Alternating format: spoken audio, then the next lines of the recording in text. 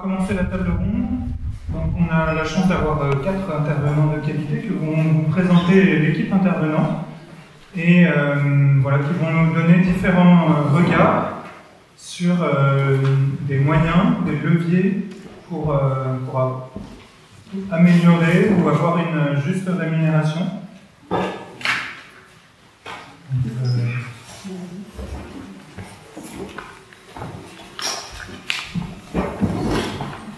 Donc, en premier lieu, on accueille Fabrice Aigron, qui est éleveur au sud de Nantes. Avec votre frère, donc, vous avez repris l'exploitation familiale et donc vous avez été assez impacté par la crise laitière, qui était pour vous un coup dur avec le prix du lait qui dégringolait. Et donc, je crois que vous vous êtes engagé dans un combat syndical, mais qui vous a pas forcément convenu parce que ça bougeait pas plus que ça. Et donc, avec d'autres éleveurs, vous avez créé une entreprise qui s'appelle En Direct des éleveurs. Donc, je crois que les éleveurs sont actionnaires de l'entreprise. L'idée, c'était donc de développer un modèle d'intégration verticale où les éleveurs sont présents sur l'ensemble de la chaîne de valeur. Et donc, au lieu de vendre directement à des coopératives, vous collectez, vous assurez la transformation, la valorisation et la vente de votre lait. Ce qui vous a permis de fixer un revenu mensuel de 1 700 € à peu près pour chacun des éleveurs de l'entreprise. Donc voilà, vous semblez avoir réussi votre pari, qui était de démontrer qu'on peut vivre dignement du travail agricole.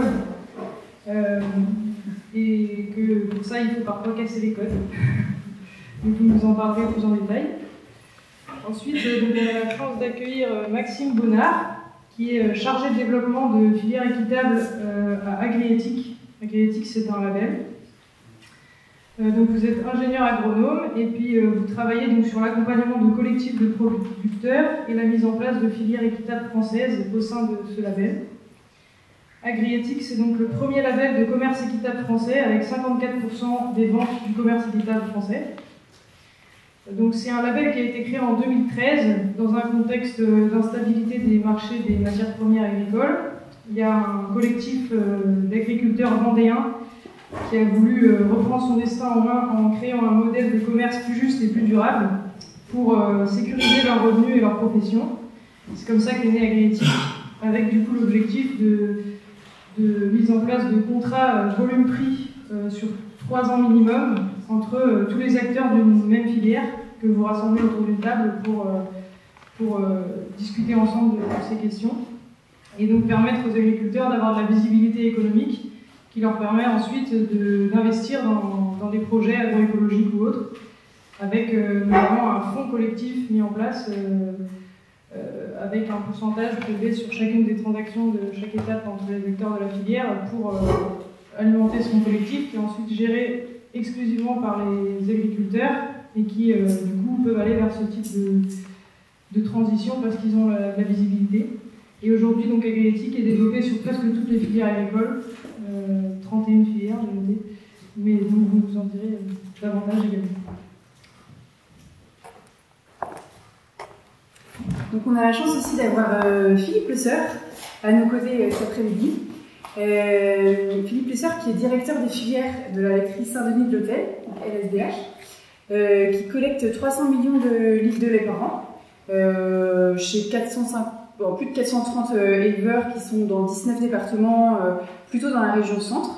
Et donc c'est une laiterie familiale qui a fait le choix d'investir et de réinvestir dans la filière laitière à des moments où c'était pas forcément très facile dans la filière laitière, dans une région qui n'est pas une des grandes régions laitières de France. Donc c'est déjà assez particulier. Et ensuite, vous avez travaillé depuis quelques années, et ce bien avant les lois EGalim, sur la valorisation du travail de vos producteurs. Et donc sur la rémunération des éleveurs, en mettant en place des contrats tripartites avec des distributeurs, Séqui Patron, des contrats Faire France, vous travaillez avec Violet. Voilà. Et donc ça, selon l'observatoire indépendant des éleveurs de l'élevage laitier, ça place LSDH à la seconde place au niveau du prix du lait payé aux éleveurs.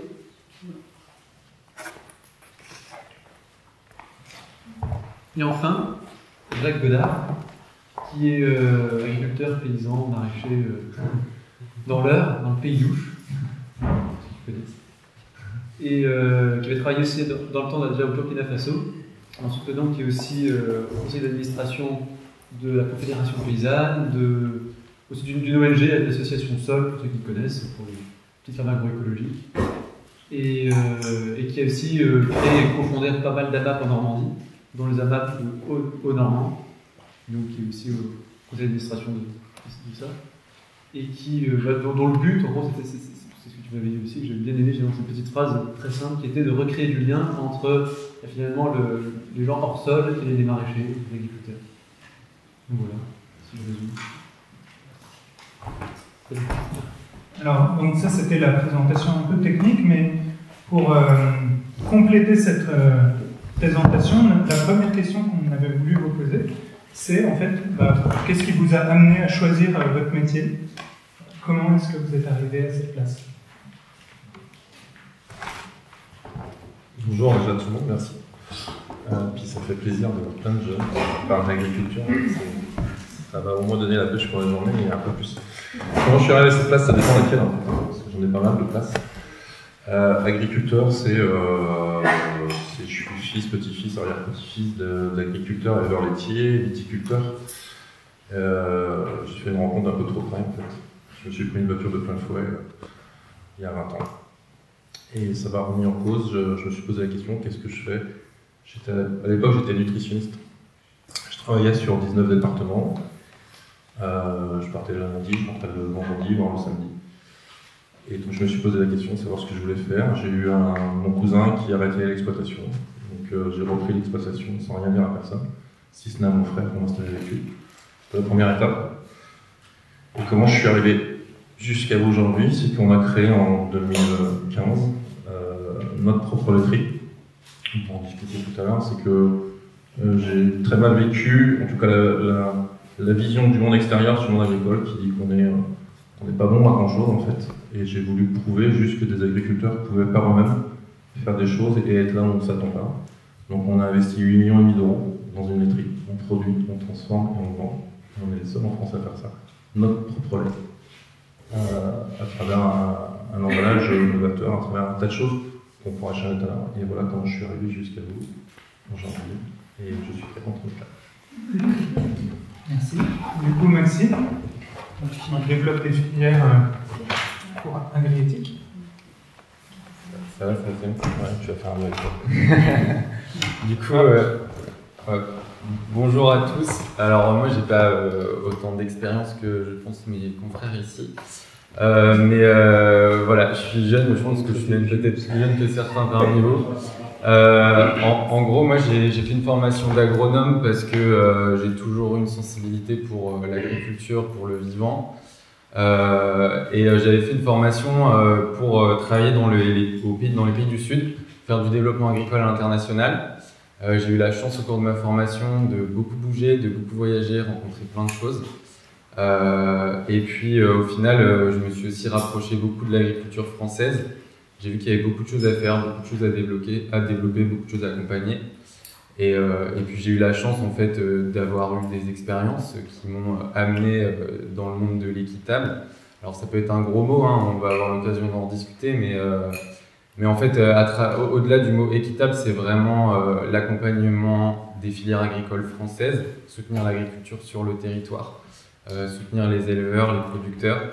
Voilà, je pense que je suis hyper sensible et hyper convaincu par ces modèles-là, recréer voilà, du lien entre les filières agricoles. Et voilà, j'ai eu l'opportunité d'un job au sein du label. Et aujourd'hui, ça me passionne à fond. Pouvoir aller travailler sur les différents modèles agricoles, écouter, comprendre, voir les différences qu'il y a, parce que au sein d'un territoire, même d'un département, il y a beaucoup de différences.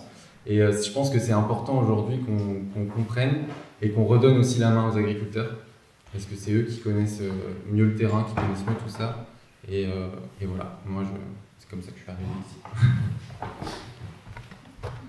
Merci. Vous, Philippe Lessard? Bonjour. Ben moi, comment je suis tombé dedans? Je suis fils d'agriculteur déjà.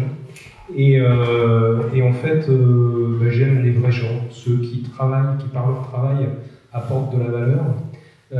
J'ai fait des études agroalimentaires, plus particulièrement dans le lait, et j'ai travaillé pendant 20 ans dans la région Rhône-Alpes, auprès des éleveurs directement. Je gérais des coopératives de collecte de lait qui vendaient leur lait à différentes entreprises laitières.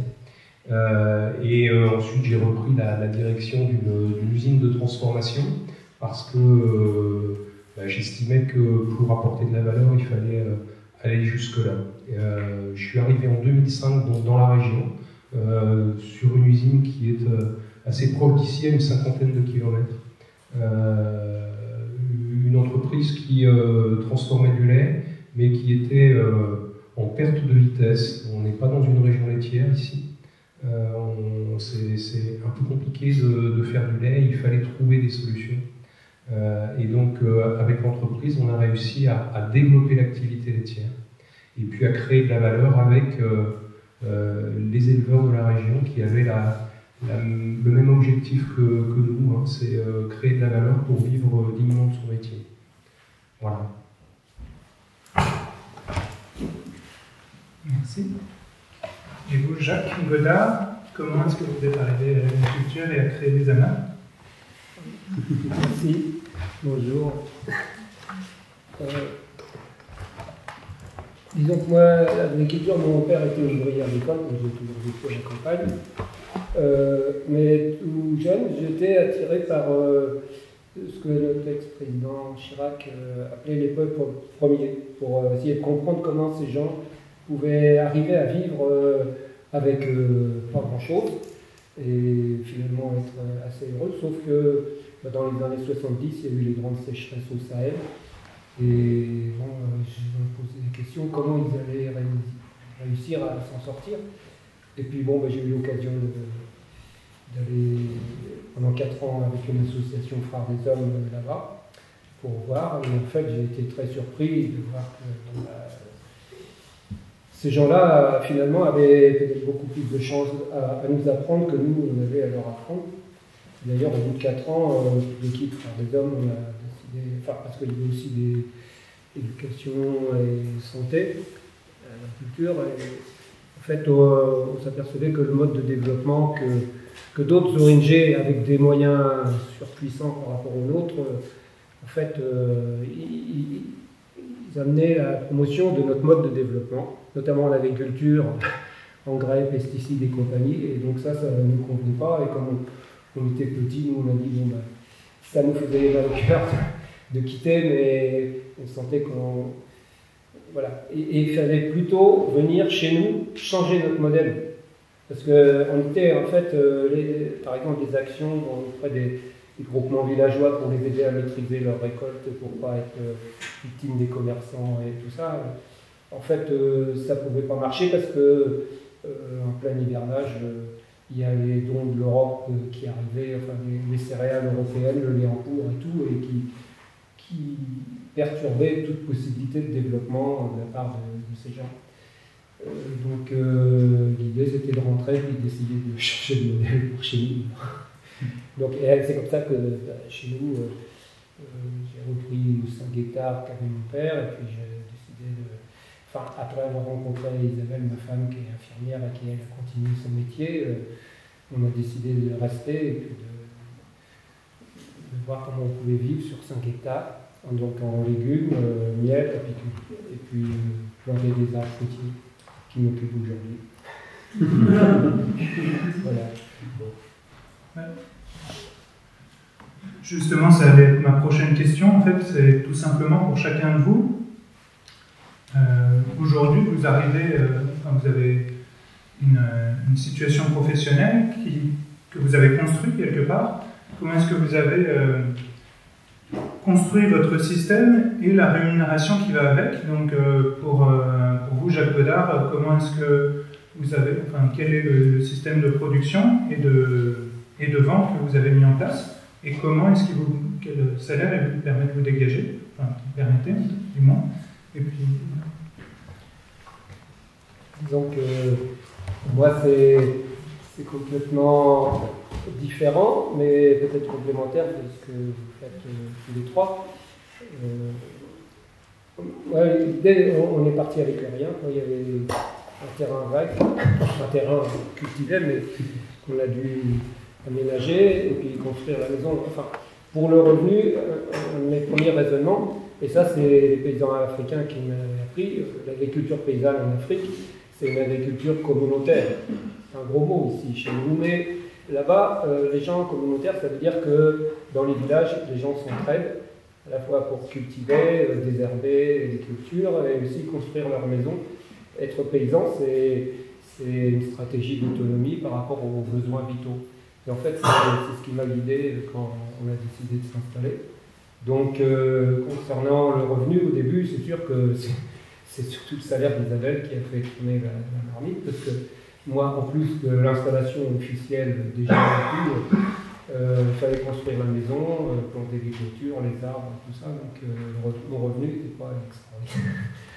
Mais on a appelé, les gens prenaient un petit peu, c'était les écolos, parce que évidemment, on a tout fait, c'était que le bio, quoi, donc il n'était pas question de faire. Parce que les molécules de synthèse, c'était vraiment pas mon truc, c'est d'ailleurs pour ça que j'avais envie d'aller voir aussi ailleurs comment ça se passait. Et donc les revenus, j'ai eu des revenus négatifs certaines années, c'est sûr, mais bon, disons que stratégie, donc j'avais raisonné, construire ma maison, ça allait me coûter moins cher que de produire des légumes en pagaille pour gagner l'argent, pour payer les gens pour faire notre maison, quoi. Donc ça, c'est la première chose. Après, comme on a eu 3 enfants, on était 5 à table, et il y avait aussi l'idée de produire le plus possible pour manger par nous-mêmes, sachant qu'on allait produire des choses sans trop de molécules. Et après, la stratégie aussi, c'était de diversifier pour pouvoir vendre en circuit court, direct avec les producteurs. À l'époque, c'était les Biocoop qui faisaient un peu la même démarche que les AMAP aujourd'hui. Quand les Biocoop ont démarré, c'était des petits groupes de consommateurs, on entrait facilement en relation et en sympathie, donc on savait pour qui on produisait. Et voilà. Mais donc le revenu, après, disons que moi, c'est vrai que c'était entre 300 et 500 euros, c'était les francs à l'époque. Et puis à partir de 2002, quelqu'un a acheté 11 hectares pour me les louer. Donc je suis passé de 5 à 16 hectares. Donc là, je suis devenu professionnel. Avec des céréales, parce qu'on a monté aussi une coopérative de céréales, toujours pour l'idée des circuits courts. Bioserve, certains connaissent peut-être. Et du coup, comme j'avais aucune installation, aucun bâtiment, heureusement qu'il y avait la coopérative. Sinon, donc les revenus, après, c'est passé plutôt par an entre 8 et 12 000 euros. Quoi. Et là, il n'y avait pas de négatif. Pendant les 11 ans, et voilà. Et, en fait, c'est passé très vite et vous la retraité. C'est un autre chapitre. Voilà.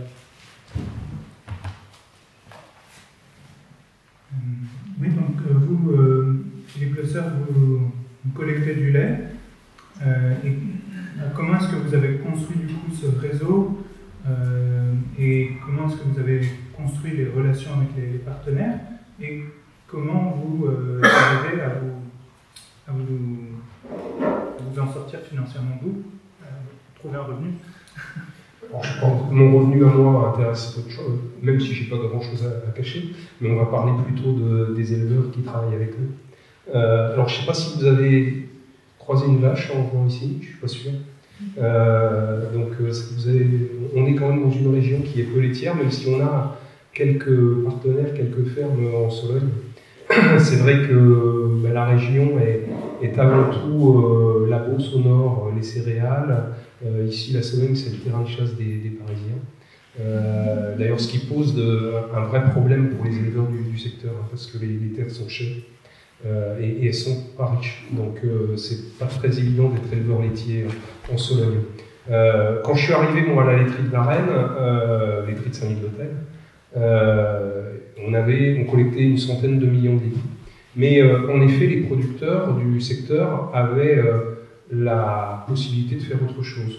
Et donc, si on voulait continuer à vivre, il fallait que les éleveurs y trouvent un intérêt et continuent à faire du lait, qui ne se part pas dans une autre production. Donc, on a essayé de travailler ensemble pour se dire comment on peut créer de la valeur pour être encore là demain. Nous, en tant que collecteur régional, avec des coûts de collecte évidemment qui sont bien plus élevés que dans l'ouest de la France, et puis pour les éleveurs également qui se trouvent dans une région où c'est difficile de mettre en commun des outils pour faire les ensilages, où c'est compliqué de trouver des vétérinaires parce qu'ils sont un peu spécialisés dans les chevaux plus que dans les vaches, et pour faire entretenir sa machine à traire notamment. Donc, on a commencé par investir très lourdement sur ce site de Varennes qui était vieillissant. C'était un site qui n'avait pas eu d'investissement depuis une vingtaine d'années quand je suis arrivé. Et d'ailleurs, la famille Vasnex, qui est propriétaire de l'entreprise, m'avait dit « Écoute, tu arrives, mais je ne suis pas sûr qu'on ne va pas la fermer, l'usine. Enfin, c'est compliqué, il faut une mise aux normes environnementales et puis commerciales au travers des normes IFS. Et donc, ça risque d'être compliqué de continuer à faire du lait chez nous. » Alors l'entreprise, les quotas laitiers sont arrivés en 82.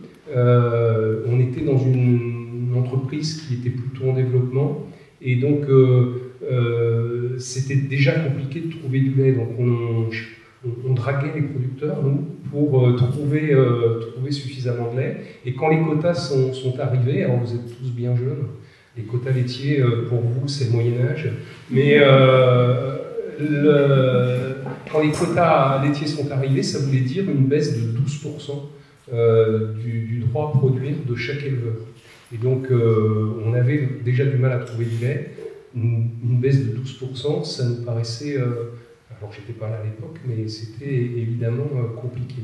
Et donc, les dirigeants de l'entreprise à l'époque se sont dit, on est capable de mettre du lait en brique et de le stériliser, est-ce qu'on ne pourrait pas faire autre chose sur nos usines?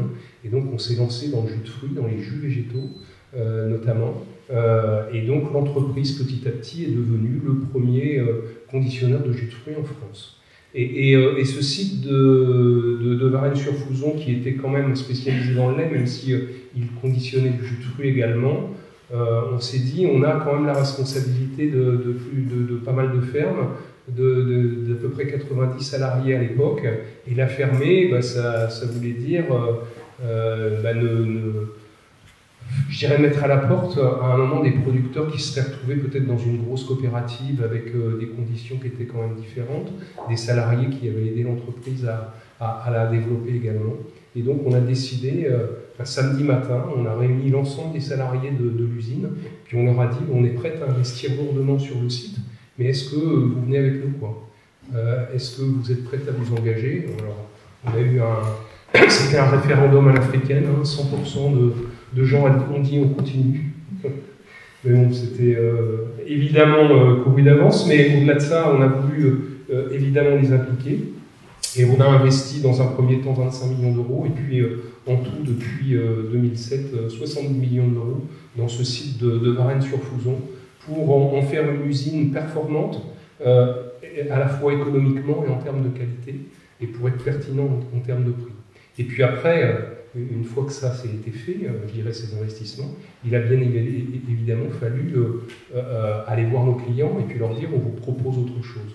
Donc, alors vous savez qu'il y a une guerre entre les producteurs, les industriels et la distribution, mais je dirais le client, la distribution, c'est nos clients et le client Airwork. Donc on a pris le parti de travailler avec eux sur une manière différente d'entrevoir le commerce. Et on a mis en place assez rapidement, dès 2011, des contrats dits tripartites. C'est-à-dire qu'on va faire les négociations dans les box de la grande distribution avec les producteurs. On n'est pas une coopérative, mais à chaque fois qu'on négocie un contrat avec un distributeur, on le fait avec les producteurs. Alors, au début, c'était évidemment pas très évident, alors notamment pour les distributeurs, parce qu'ils se méfiaient beaucoup du rapport avec les producteurs, ils en ont peur. Ils les connaissent à travers les tonnes à lisier sur les parkings de leur supermarché. Donc, évidemment, ce n'était pas obligatoirement très évident. On a appris à se connaître. Alors, au début, les contrats tripartites, ça ramenait pas beaucoup de valeur aux producteurs. On prenait la moyenne du prix du lait des 3 dernières années et on se disait plutôt que d'avoir des prix qui évoluent de manière très, très importante, ça allait de 200 € certains mois les 1000 litres jusqu'à 400 € certains mois. On s'est dit, on prend la moyenne des 3 dernières années, ça fait à peu près 340 € les 1000 litres, et on s'engage à vendre ce prix-là sur les 3 prochaines années. Donc les producteurs, au début, ont eu un peu du mal à rentrer dans ce schéma-là en se disant, bah oui, mais si le lait retrouve de la valeur, on va y perdre, oui. Et puis s'il baisse, on y perdra moins, enfin bon, etc. Et puis on a invité les acheteurs de la grande distribution à venir sur les fermes, à venir discuter avec les éleveurs. Et donc un acheteur de la grande distribution, il est programmé pour faire gagner de l'argent à son entreprise, hein, c'est comme ça. On le paye pour qu'il achète son produit moins cher que son concurrent dans la même entreprise. Et on a réussi à leur montrer qu'on pouvait avoir une autre voie. Parce qu'en effet, ils sont payés pour acheter le moins cher, mais ils sont aussi un peu mal dans leur peau parce qu'on les traite d'affameurs, on leur explique qu'ils créent de la pauvreté, et donc on leur a dit peut-être qu'on peut construire autre chose ensemble. Et donc ces contrats tripartites ont commencé avec un cahier des charges particulier chez le producteur qui a redonné de la valeur, et puis on est sur certains contrats tripartites, on est allé jusqu'à des contrats tripartites équitables. Alors ça répond à des normes d'un décret de 2015-2018, mais qui permettent aux producteurs de retrouver de la valeur. Voilà, donc, et puis après l'arrivée de ces petits patrons, hein, c'est en 2016, on met un acteur de plus, je dirais, dans la démarche, c'est le consommateur, et on lui demande ce qu'il a envie d'acheter, et avec des propositions de cahier des charges différents, avec un prix qui évolue en fonction de ce que le client souhaite, et il voit l'évolution de ce qu'il souhaite sur le prix final de son produit. Donc c'est qui le patron, je pense que vous en avez tous entendu parler, c'est une vraie réussite, ça continue de progresser, et ça a permis aussi, je dirais, à d'autres démarches de voir le jour et de se développer. Et pour finir, je dirais, on peut dire que ça a réussi, puisque de 100 millions de litres, on est passé à 300 millions de litres aujourd'hui, donc on a multiplié par 3 en 10 ans les volumes de lait collectés. On était très régional, on collecte aujourd'hui sur 19 départements, avec des cahiers des charges régionaux, des cahiers des charges différents en fonction des éleveurs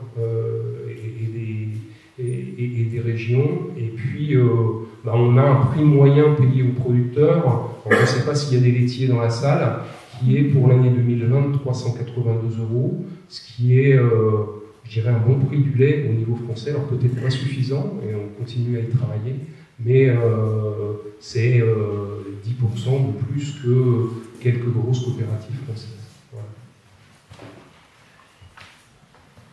Est-ce que du coup, si je résumais en 2 points, on pourrait dire que ce qui a permis de construire votre système et du coup de à la fois vous en vivre et puis de ce que les agriculteurs en vivent correctement, c'est d'une part d'avoir investi finalement dans un outil de production qui fonctionne bien, et d'autre part d'avoir su mettre autour de la table des personnes qui d'habitude ont du mal à discuter. Oui, tout à fait, tu as bien résumé. En effet, il fallait la base, donc il fallait un outil pour savoir le faire, et sans outil, de toute façon, on n'aurait rien pu faire. Mais en effet, la volonté de travailler ensemble et puis de proposer autre chose à la distribution et aux consommateurs, bien sûr. Merci. Donc Maxime, voilà, comment est-ce que vous avez construit le label Agriéthique, avec qui, et du coup comment aussi on peut financer cette démarche, comment vous-même existez, puisque en fait ça intéresse quand même les producteurs de savoir comment se rémunèrent les personnes avec qui ils travaillent, pour savoir, parce que le but c'est pas non plus de mettre les autres dans le rouge. Ouais, alors du coup, Agriéthique, donc bon, je suis pas fondateur, hein, j'étais pas là à l'origine, mais j'ai rejoint l'équipe et le projet, en fait, à la base, c'est vraiment une démarche qui est basée sur un modèle économique. Enfin, ce sont des producteurs qui ont mis en place cette démarche, donc c'est par des producteurs pour des producteurs, et en fait, cette démarche, elle était basée sur un modèle économique qui en fait va identifier un prix minimum garanti pour les producteurs avec un volume minimum d'engagement sur une durée minimale de 3 ans. En fait, si on enlève un de ces points-là, le modèle économique il est pas durable. Parce qu'à travers un prix minimum garanti sur un volume minimum d'engagement et sur une durée de 3 ans, en fait, on va avoir une visibilité au sein de l'exploitation agricole. Vous allez pouvoir vous dire, bon ben, je sais que sur ce volume-là, je vais pouvoir le vendre à ce prix-là, et tout ça sur une durée de 3 ans. Donc en fait, ça permet d'avoir une visibilité économique pour l'exploitation agricole, mais ça permet aussi d'avoir une visibilité économique pour les personnes de l'aval des filières, parce que c'est ça qui est très important, c'est que même pour les personnes de l'aval, il va y avoir une sécurité en fait sur leur approvisionnement. Et il faut vraiment bien prendre en compte que les démarches de commerce équitable, c'est pas des démarches et des certifications de produits, c'est une certification de filière. C'est une démarche de filière avec l'engagement de tous les acteurs. S'il n'y a pas d'engagement d'acteurs de l'aval, comment est-ce qu'on peut sécuriser auprès des acteurs de l'amont? Ben, on ne peut pas. Donc c'est vraiment ça qui est très important, et c'est là-dessus que c'est basé la démarche Agriéthique. Donc aujourd'hui, en fait, Agriéthique, à la base, c'était pas un label. Aujourd'hui, c'est un label. Donc, comme l'a dit Philippe, hein, qui doit répondre justement à certaines normes d'un cadre réglementaire qui a été mis en place en 2014. Et il y a ce volet économique, justement, avec le premier pilier qui concerne la juste rémunération des producteurs basée sur leurs coûts de production. Alors, ça, c'est le grand mot aussi, les coûts de production en agriculture. C'est très compliqué, les coûts de production. Les coûts de production, ils ne sont pas identiques entre des éleveurs laitiers basés en Haute-Savoie que des éleveurs laitiers basés en Normandie. Et voilà, je pense qu'aujourd'hui, on a Fabrice et qui pourra même mieux nous en parler juste au sein d'un territoire comme la Loire-Atlantique. Les conditions ne sont pas les mêmes, les charges ne sont pas les mêmes. Fabrice le dit très bien, il n'y a pas d'exploitation unique. Et aujourd'hui, chaque exploitation est différente, donc chaque coût de production est différent. Et donc, c'est très compliqué, en fait, d'établir ces choses-là. Et nous, on travaille avec les acteurs. Et ce qui est important, c'est que les acteurs, en fait, sont organisés en collectif et que ce soit les producteurs qui définissent eux-mêmes, en fait, leur coût de production et qu'ils arrivent à identifier et se dire, bon, ben, avec ça, je vais pouvoir couvrir mes charges. Mais c'est pas suffisant. Enfin, il faut aussi que les producteurs puissent se sortir une rémunération. Il faut qu'ils puissent avoir un salaire. On ne peut pas dire aux producteurs, ben non, vous allez juste couvrir vos charges. Non, il faut qu'il y ait un salaire aussi derrière, donc c'est hyper important. Et donc nous, en tant que label, on n'intervient pas directement dans le calcul des coûts de production, parce qu'on n'a pas à intervenir là-dessus, ce sont les producteurs qui doivent avoir la main dessus. Et ensuite, il doit y avoir justement cette entente entre tous les acteurs, donc qui peut être tripartite, qui peut être bipartite, quadripartite s'il y a plusieurs acteurs au sein d'une filière, et tous ces acteurs-là doivent se mettre autour de la table, et ils doivent discuter pour se dire, bon ben voilà, moi je peux pas vous vendre ma matière première agricole en dessous de ce prix-là, sinon ben je vais pas m'en sortir. Et si je peux pas m'en sortir, et ben vous n'allez pas avoir votre approvisionnement, et donc en fait on détruit toute une filière. Mais ce qui est important, comme le disait Pierre, il faut que chaque maillon de la filière puisse s'en sortir aussi. Et faut pas qu'il y ait un maillon de la filière qui fasse tampon quand ça va pas. Et parce que chaque maillon est important, et si un maillon n'est pas là, ben, on fragilise la filière. Donc derrière, on perd des agriculteurs, on perd des transformateurs, on perd des industriels. Donc voilà, c'est pas viable, c'est pas durable. Donc ça, il faut vraiment le prendre en compte. Et nous, en tant que label, on est là en tant que médiateur au sein des filières. On est là pour accompagner les projets des entreprises, des coopératives, et on travaille avec l'ensemble des acteurs. On travaille avec des petits acteurs, des plus gros acteurs, des artisans. Voilà, on travaille avec tout type d'acteurs. C'est ça aussi qui est très important et qui fait un peu la force du label. C'est qu'aujourd'hui, je pense qu'on a besoin d'écouter toutes les agricultures. C'est ce que je disais tout à l'heure. Il faut arrêter de stigmatiser et de trop segmenter. Je pense qu'il faut écouter toutes les agricultures. Elles ont toutes des choses à nous apprendre et à partager. Et voilà, et tout le monde a besoin d'avancer ensemble. On peut pas, faut arrêter de stigmatiser les gros, les petits, les conventionnels, les bio. Voilà, je pense qu'il y a beaucoup d'acteurs aujourd'hui qui sont peut-être pas engagés sur de l'agriculture biologique, mais qui raisonnent beaucoup mieux leur système, et ça serait dommage de les négliger. Et sinon, par rapport à la question de Pierre sur comment nous on fonctionne, donc nous déjà on accompagne tous ces acteurs-là, et donc on réalise des diagnostics au sein des filières pour accompagner tous les acteurs de la filière à la compréhension du label, la compréhension de la démarche, les enjeux de l'équitable. Et après, il y a une cotisation justement sur les matières premières. Donc il y a un pourcentage qui est défini, mais encore une fois qui est défini avec l'ensemble des acteurs. L'objectif, c'est pas d'avoir un pourcentage trop élevé pour détruire la filière. L'objectif, c'est que la filière elle soit viable. Mais aussi, nous, derrière ces cotisations, c'est notre fonctionnement, c'est leur apporter une reconnaissance, et qu'il y ait une plus grande connaissance justement de l'engagement de ces acteurs qui s'engagent dans ces démarches. Donc voilà. Et les cotisations sont différentes par rapport à chacune des filières. On ne peut pas prendre des cotisations. Enfin, le prix du lait n'est pas le même que le prix du blé, que le prix de fruits, de légumes. Enfin, c'est totalement différent, et c'est une vraie co-construction en fait des filières avec les acteurs. Est-ce que l'État, par exemple, ou des collectivités aident ce genre de processus collectif? Non. Non, nous aujourd'hui en tant que label, on est une entreprise privée. On est une filiale d'une coopérative agricole, parce que c'est né au sein d'une coopérative agricole, donc on est une filiale de cette coopérative. Et non, on n'est pas aidé par l'État, par des fonds publics, voilà, non, on ne fonctionne pas comme ça. Mais la force et l'avantage qu'on a d'être au sein d'une coopérative agricole, c'est qu'on est plus près de l'amont. Donc en fait, on a une vraie connaissance aussi des filières.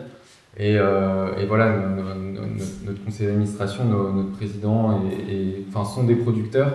Et donc en fait, on a cette vraie sensibilité, et c'est aujourd'hui ce qui fait que des acteurs nous rejoignent ou veulent s'engager dans cette démarche. Et voilà.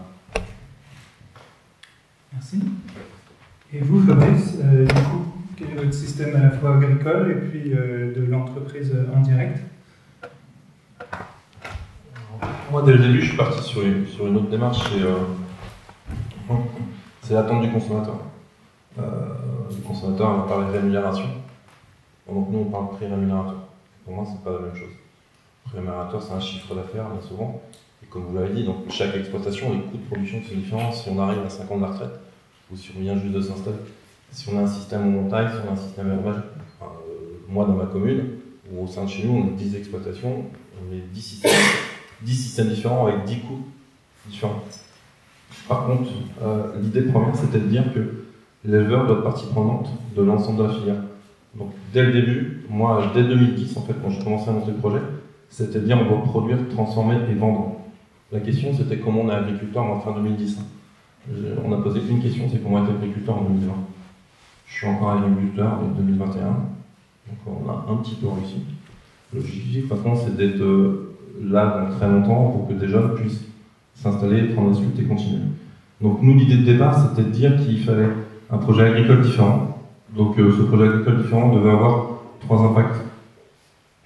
Social pour l'agriculteur, environnemental, mais aussi territorial. Et en fait, aujourd'hui, mais c'est ce qu'a dit Philippe aussi avec d'autres mots, c'est sur le territoire qu'on nous amène des prises, des fermes. C'est pas que l'entreprise et l'élevage qui aura pu souffrir, c'est l'ensemble du territoire. Parce que plus l'agriculture sur un territoire, enfin, la base de la société française, c'est l'agriculture. Plus l'agriculture, c'est toute l'économie qui meurt. Et je pense qu'aujourd'hui, une part du problème, c'est qu'on a lâché notre agriculture. Donc l'idée, c'était de dire comment on fait, nous, pour être là dans 10 ans, quand vous n'avez pas un rond. Parce que moi, quand je suis agriculteur en 2008-2009, 2009 avec la crise, 2008, dis-moi si je dis des bêtises, mais octobre 2008, je crois que le prix de base du lait était à 3,89. Le 12 avril 2009, 212. Bon. Je n'étais juste installé, ça faisait 5 ans. J'avais fait un séchoir en orange. Je venais d'installer un robot parce que j'ai eu, suite à mon grave accident, je ne peux plus traire. Ça faisait quoi, 1 an que le robot était mis, et là vous arrivez avec un lait à 212. C'est un peu chaud, quoi. Donc l'idée c'était de se dire, il faut être là demain, et comment on fait. Donc avec moi, on a juste décidé de faire un projet à 8 millions d'euros. Je rejoins Philippe quand il dit qu'il faut investir. La peur n'évite pas le danger, mais vous limitez vos chances de réussir si vous restez enfermé. Donc nous, à l'époque, on était 4 éleveurs, 2 exploitations. On a décidé d'acheter un bâtiment, de construire une usine, toute neuve. Et je pense qu'en France, il n'y en a pas beaucoup qui se sont créés 2 années. On avait pris une fiche industrielle parce qu'on ne voulait pas prendre de terre agricole. Et on a on a commencé les travaux le 10 décembre 2015. Et on a commercialisé notre premier produit le 12 septembre 2016. On a construit une usine qui peut recevoir du lait cru de nos exploitations, 100% du lait de nos exploitations. Et on s'est dit que quand on fait ça, il faudra qu'on ait une juste rémunération. Et la rémunération, c'est pas qu'un prix, donc aujourd'hui, on travaille ensemble collectivement pour faire que nos exploitations dégagent du bénéfice et donc du revenu. Donc on a mis nos pratiques en commun. Et en 2019, moi j'ai été élu entrepreneur social français. On a eu une étude d'un grand cabinet et on a pris dans toutes nos fermes. On n'a pas regardé ce qui n'allait pas, on a regardé ce qui allait bien. Qu'est-ce qui va bien dans une ferme? Ouais, parce que vous avez toujours un champ d'agriculture, le contrôle laitier, le conseiller qui vous dit là tu dépenses trop, là tu dépenses trop, là tu dépenses trop, là t'es pas bon et là t'es pas bon. Et nous on a regardé, là t'es pas mal, là t'es très bien, et là t'es meilleur que tout le monde. Et nous on a regardé ça, et on a dit aux autres, ben voilà, vous êtes tous bons dans un endroit, partageons nos bonnes pratiques. Et en fait on a regardé que sur une ferme laitière de 85 vaches en moyenne, il y avait 35 à 40 000 euros à gagner. 35 à 40 000 euros de marge. Je prends juste un exemple. En France, pour 85 vaches laitières selon l'ILEL, il y a 40 à 45 mammites par an. Que vous soyez bio, intensif, extensif, ce que vous voulez. Chez nous, en moyenne, on a moins de 6. Une mamite, ça coûte 250 euros. Juste comme ça, vous faites le calcul, vous regardez la marge que vous avez gagnée. Et ça, il y a des moyens très simples, que ce soit à base d'homéopathie, mais seulement par l'alimentation, la nutrition. J'ai été 15 ans nutritionniste, donc ça m'a un petit peu aidé pour accompagner les éleveurs. Mais on a des grosses marges de progrès. Donc toutes nos bonnes pratiques qu'on avait dans les 10 exploitations, on les a partagées. Les éleveurs étant partie prenante sont actionnaires de l'entreprise. Tous les mois, ils ont un bilan de l'entreprise, ils savent exactement où l'entreprise va financièrement. C'est leur outil de travail. En contrepartie, chaque éleveur a l'obligation de fournir sa comptabilité à l'entreprise. Ce qui nous permet, à travers l'agriculture, de certifier une rémunération des éleveurs minimum pour 2020 de 1 700 €. Il n'y a pas un éleveur chez nous qui gagne moins de 1 700 € de revenus mensuels de prélèvement chaque mois. Mais j'en ai qui sont en plus de 2003. Et des fermes chez nous, en moyenne, on a moins de 40 vaches par éleveur. La plus grosse ferme fait 120 vaches, ils sont 4. Par contre, on a un cahier des charges qui est très impactant. Et grâce à ce cahier des charges, on peut maîtriser nos coûts. Donc on a une obligation de résultat, on est dans le label bleu blanc cœur. Donc c'est de vérifier notre impact sur le méthane et sur les oméga 3. Mais ça nous permet, avant tout, et ça je pense que, moi c'est mon point de vue, c'est que nos animaux sont d'abord un ruminant. Donc on va d'abord valoriser l'herbe, la luzerne, le trèfle, des choses qu'on peut produire sur nos exploitations de façon très simple, pas forcément très chère. Et comme ça, moi je n'utilise pas de soja depuis 15 ans, comme ça les États-Unis font ce qu'ils veulent, et ça ne m'intéresse pas. Ce qui est dommage, c'est qu'on fait du colza en France et qu'on indexe sur la bourse de Chicago. Ça sera un autre débat. Non, mais il y a plein de choses. En France, on se fait avoir sur toutes les choses avec nos fournisseurs. Donc on va pousser les éleveurs à aller vers de l'autonomie, vers de la technique, et aller chercher, parce que ce qu'il n'a pas dit Maxime, c'est nous en tant qu'éleveurs, on voulait pas annoncer ou dire qu'on était éthique ou équitable comme tout le monde fait. Vous n'avez pas un lait qui n'est pas éthique ou équitable aujourd'hui. Par contre, vous en avez combien qui sont certifiés? C'est-à-dire qu'on voulait garantir, à travers un label, oui ça coûte, mais aujourd'hui, le consommateur il est perdu. Vous avez un lait, je ne sais pas, ça va de 66 centimes, j'étais en animation hier, de 66 centimes à 1,25 €. Qu'est-ce qui explique que vous êtes de 66 centimes à 1,25 €? Nous, on a un lait qui est entre 98 et 1 €. Donc 98 et 1 €, il y a 11 salariés et 8,5 millions d'investissements faits par les éleveurs. Tous les mois, il faut rembourser ce emprunt. Mais c'est pour notre outil de travail, mais ça ne nous empêche pas de gagner 1 700 € de revenus mensuels chez nous. Et l'objectif de l'année prochaine, c'est 2 000. Parce qu'on doit l'atteindre, parce qu'on n'a pas encore fait tous les efforts, parce qu'on a encore des marges de manœuvre. Et nous, on maîtrise la filière. Et je pense que c'est encore pour l'instant unique en France. Les éleveurs, chez moi, sont... j'ai 2 RH, c'est des éleveurs. J'ai 2 responsables qualité, c'est des éleveurs. J'ai 2 personnes en R&D, c'est des éleveurs. On est 3 en commerce administratif, c'est des éleveurs. Ils ont appris notre métier, on les forme à autre chose. Il y a 5 ans, ils faisaient 70 heures par semaine dans leur exploitation.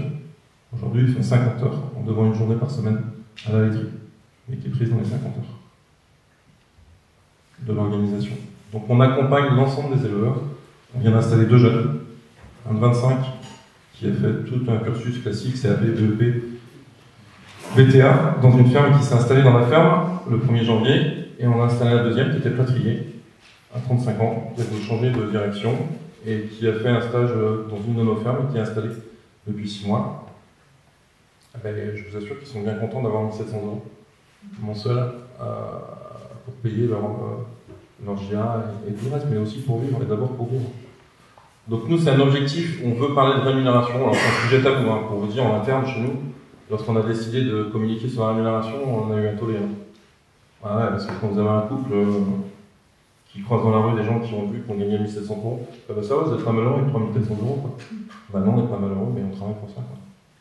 Donc on veut vraiment parler de rémunération, donc il y a plein de belles choses, hein. Le prix du lait a quand même monté, Philippe, je pense que tu as plus de retours que moi si tu prends depuis 10 ans. Mais moi je me souviens très bien en 2010, le prix du lait c'était moins cher qu'en 72, quand mon père s'est installé, quoi. On n'a jamais suivi, là on prend des coûts énormes, que ce soit sur les énergies, sur les céréales, sur toutes les matières premières. Donc si on n'est pas autonome, on prend ça de plein fouet. Donc il faut qu'on soit acteur. Moi je dis toujours, il faut qu'on soit acteur dans nos filières, il ne faut pas être attentiste. Et le meilleur moyen d'être acteur, c'est de faire pour soi-même, par soi-même.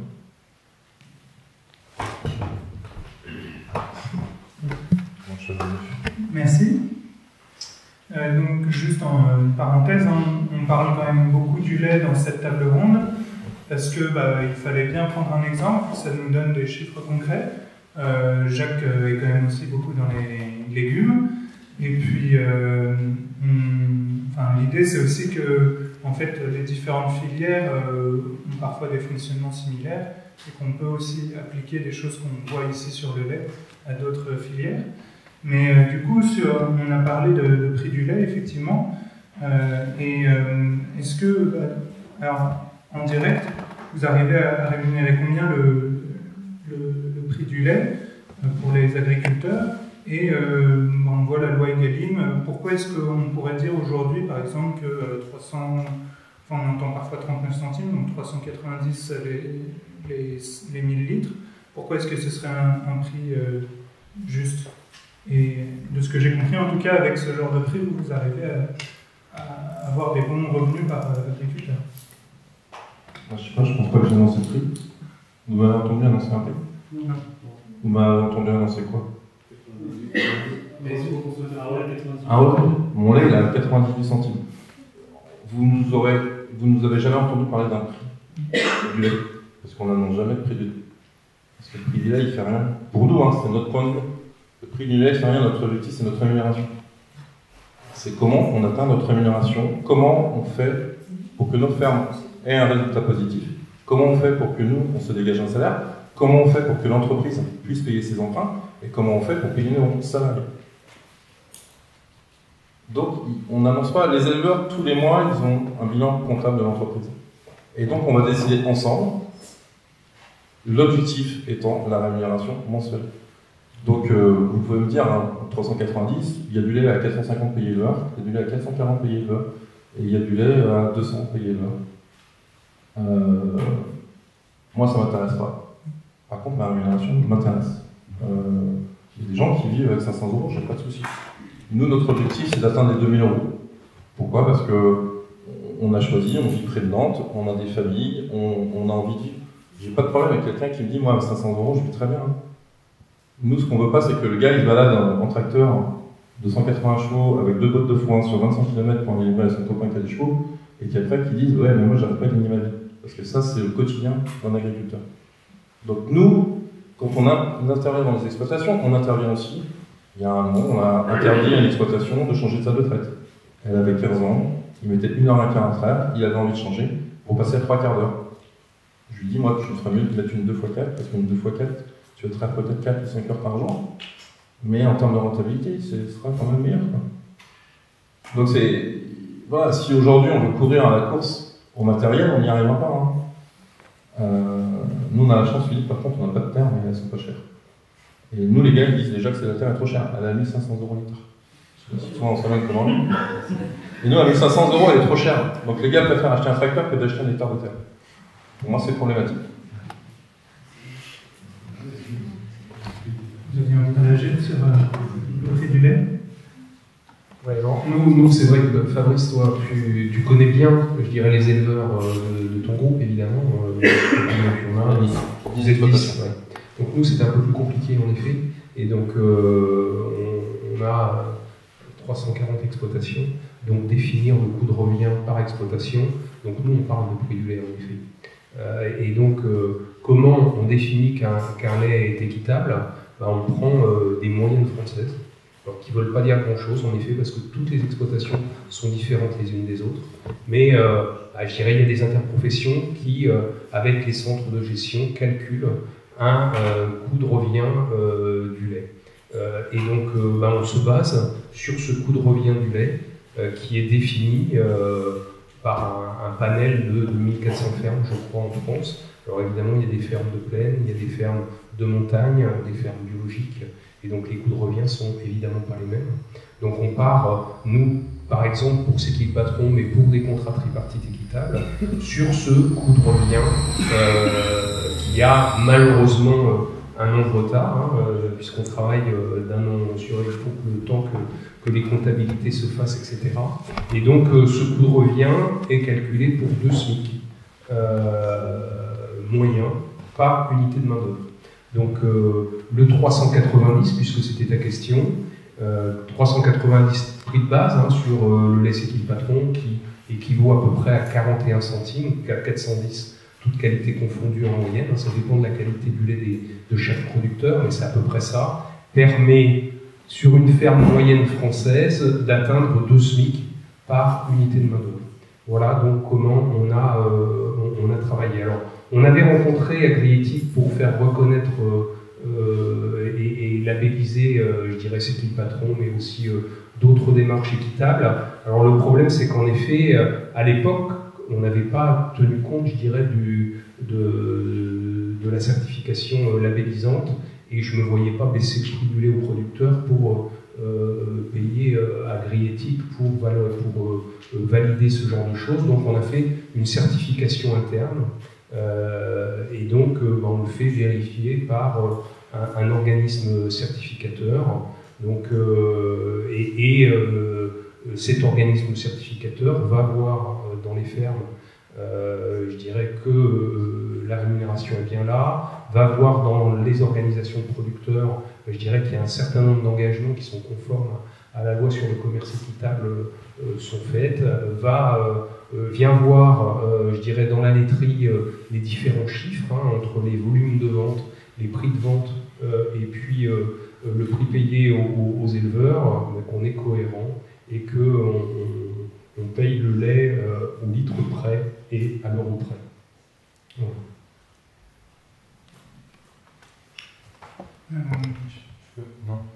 Du coup, tu pourras répondre. Je comptais justement te donner le micro, donc tu pourras répondre en partie, mais rapidement, s'il te plaît. Mais aussi sur justement Agriéthique, comment est-ce que vous arrivez à mettre autour de la table des industriels?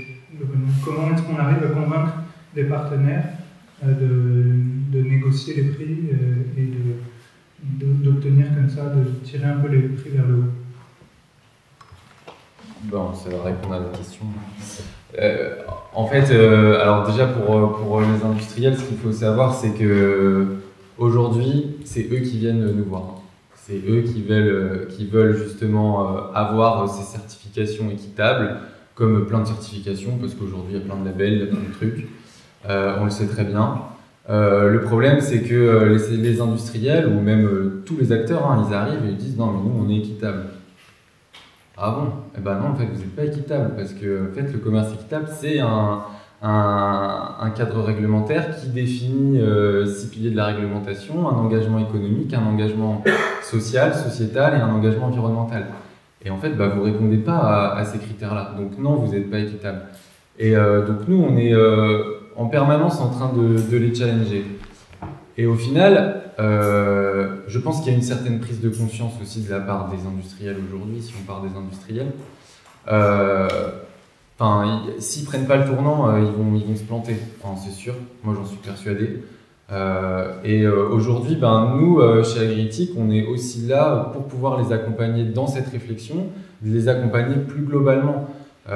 Et à chaque fois, justement, faut qu'il y ait un engagement significatif de la part des industriels. Si c'est pour qu'il y ait un industriel qui vienne et qui nous dise moi je veux 10% de mon approvisionnement en céréales pour pouvoir apposer le logo et parler, non en fait, non, ça marche pas. Il y a un engagement significatif et c'est justement, ça rejoint un peu la question qu'il y avait juste avant là sur le prix, on prend le prix des 1000 litres de lait.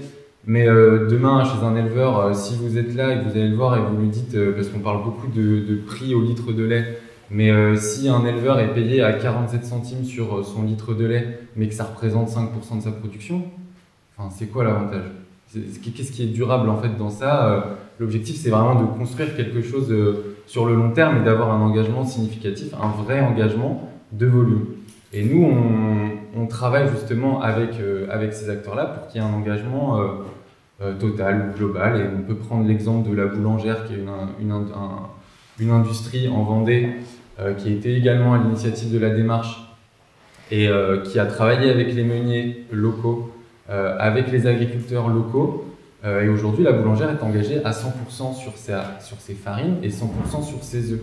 Et aujourd'hui, la boulangère a envie de s'engager encore plus parce qu'elle comprend vraiment l'intérêt. Aujourd'hui, elle a créé des relations durables avec l'ensemble des acteurs.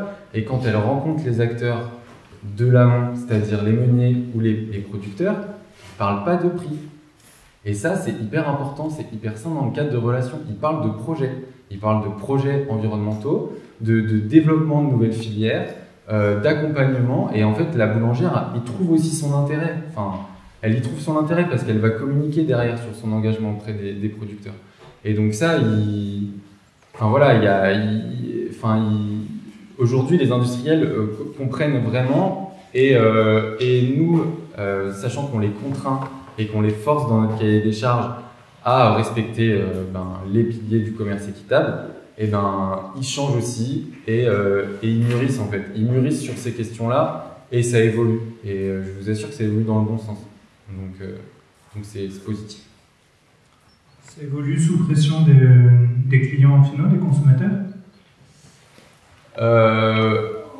Oui, en partie. Alors oui, les consommateurs, les clients, les consos ont un fort pouvoir sur les produits qui vont être distribués en magasin et c'est eux qui achètent. Après, aujourd'hui, les consommateurs sont de plus en plus conscients d'avoir des produits de qualité, d'avoir ces notions de Made in France, d'avoir ces notions de juste rémunération des producteurs. Voilà, heureusement, malheureusement, je sais pas, mais le Covid a quand même un peu impacté la mentalité des gens. C'est peut-être trop utopique de dire totalement, parce que voilà, les gens se sont posés beaucoup de questions pendant le Covid et ont voulu aller acheter directement auprès des producteurs, etc. Mais il y a quand même une prise de conscience. Et aujourd'hui, nous aussi, en tant que label de commerce équitable, on a ce rôle d'aller sensibiliser les consommateurs et de leur expliquer qu'est-ce que c'est l'engagement d'une filière. Et tout ça, on le fait avec nos partenaires, avec des producteurs, avec des transformateurs, avec des industriels. Et l'objectif, c'est d'aller sensibiliser les consos et de mettre en avant les engagements de chacun des acteurs.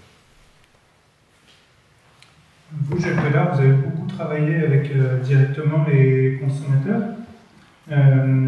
Comment est-ce que vous arrivez à les impliquer? Et est-ce que vous pensez que les AMAP, notamment, mais aussi les systèmes de vente directe, ont pu bénéficier d'un effet de mode avec le Covid, ou est-ce qu'il y a un courant durable qui s'installe? Et pourquoi ça reste encore des volumes assez faibles au final? Oui, vous avez raison. Je pense qu'on peut dire qu'on est une niche, nous, dans le grand chiffre d'affaires de vente alimentaire, forcément. Donc, par rapport à ce que vous faites, je pense que le gros avantage, c'est justement d'amener les gens dans les filières, les producteurs et les transformateurs, les distributeurs, à réfléchir ensemble. Mais au début, tu disais que tu partais des consommateurs, et tu n'as pas expliqué cette partie-là tout à l'heure, si tu peux en parler, si j'ai bien compris. On n'a pas entendu ça. Donc nous, c'est des groupes de consommateurs qui viennent vers nous et qui cherchent, parce que dans notre département, comme je disais, spécialisé dans les agrocarburants et les méthaniseurs, il n'y a pas beaucoup de maraîchers. Alors les consommateurs qui viennent vers nous, ils cherchent d'abord des légumes. Et bon, donc on en trouve, mais ça stimule aussi les producteurs à faire de la qualité, puis à se lancer, parce qu'on a la garantie, une fois qu'on a les légumes, de les vendre. Et ça, il y a la contractualisation, c'est aussi la base de notre lien. C'est-à-dire qu'ils s'engagent en principe sur 1 an à l'avance. C'est-à-dire pour le maraîcher, par exemple, on achète la production, on s'engage à prendre des paniers, parce que c'est sous forme de paniers. Et là, c'est pas concernant les légumes, c'est le maraîcher qui propose son panier en fonction de la saison. Et il peut y avoir les légumes de saison, forcément, même si les consommateurs, au début, ils ne connaissent pas certains légumes, bon, ça fait partie du jeu. Bon, alors forcément, d'une année sur l'autre, le maraîcher, il a quand même intérêt à diversifier un petit peu, ou alors, ce qu'on avec Cécile, par exemple, l'idée, c'est que pour que le consommateur ait quand même un panier varié et qu'il ne soit pas toujours le même, on essaye de faire en sorte que différents producteurs s'entraident pour faire, bon, toi t'es plus avec des terrains favorables aux légumes racines, donc tu fais plutôt les racines, moi je fais plutôt ça. Donc il y a aussi à s'organiser en tant que producteur pour pouvoir satisfaire les consommateurs. Donc, après, dans chaque AMAP, il y a aussi, selon les producteurs qui sont à proximité, dans un rayon de 20, 30 km, on peut avoir des produits de la viande, du lait, très peu de lait chez nous, heureusement. Des produits un peu transformés, du miel, des jus de fruits aussi. Et ça par contre, c'est le consommateur qui demande. On a un système informatique où chaque producteur a sa liste de produits avec ses prix et le consommateur fait sa commande 1 mois à l'avance. Et l'intérêt, c'est que pour le producteur, il n'a pas passé une demi-journée sur le marché pour vendre ses produits. La distribution se fait 1 fois la semaine, de telle heure à telle heure, à tel endroit.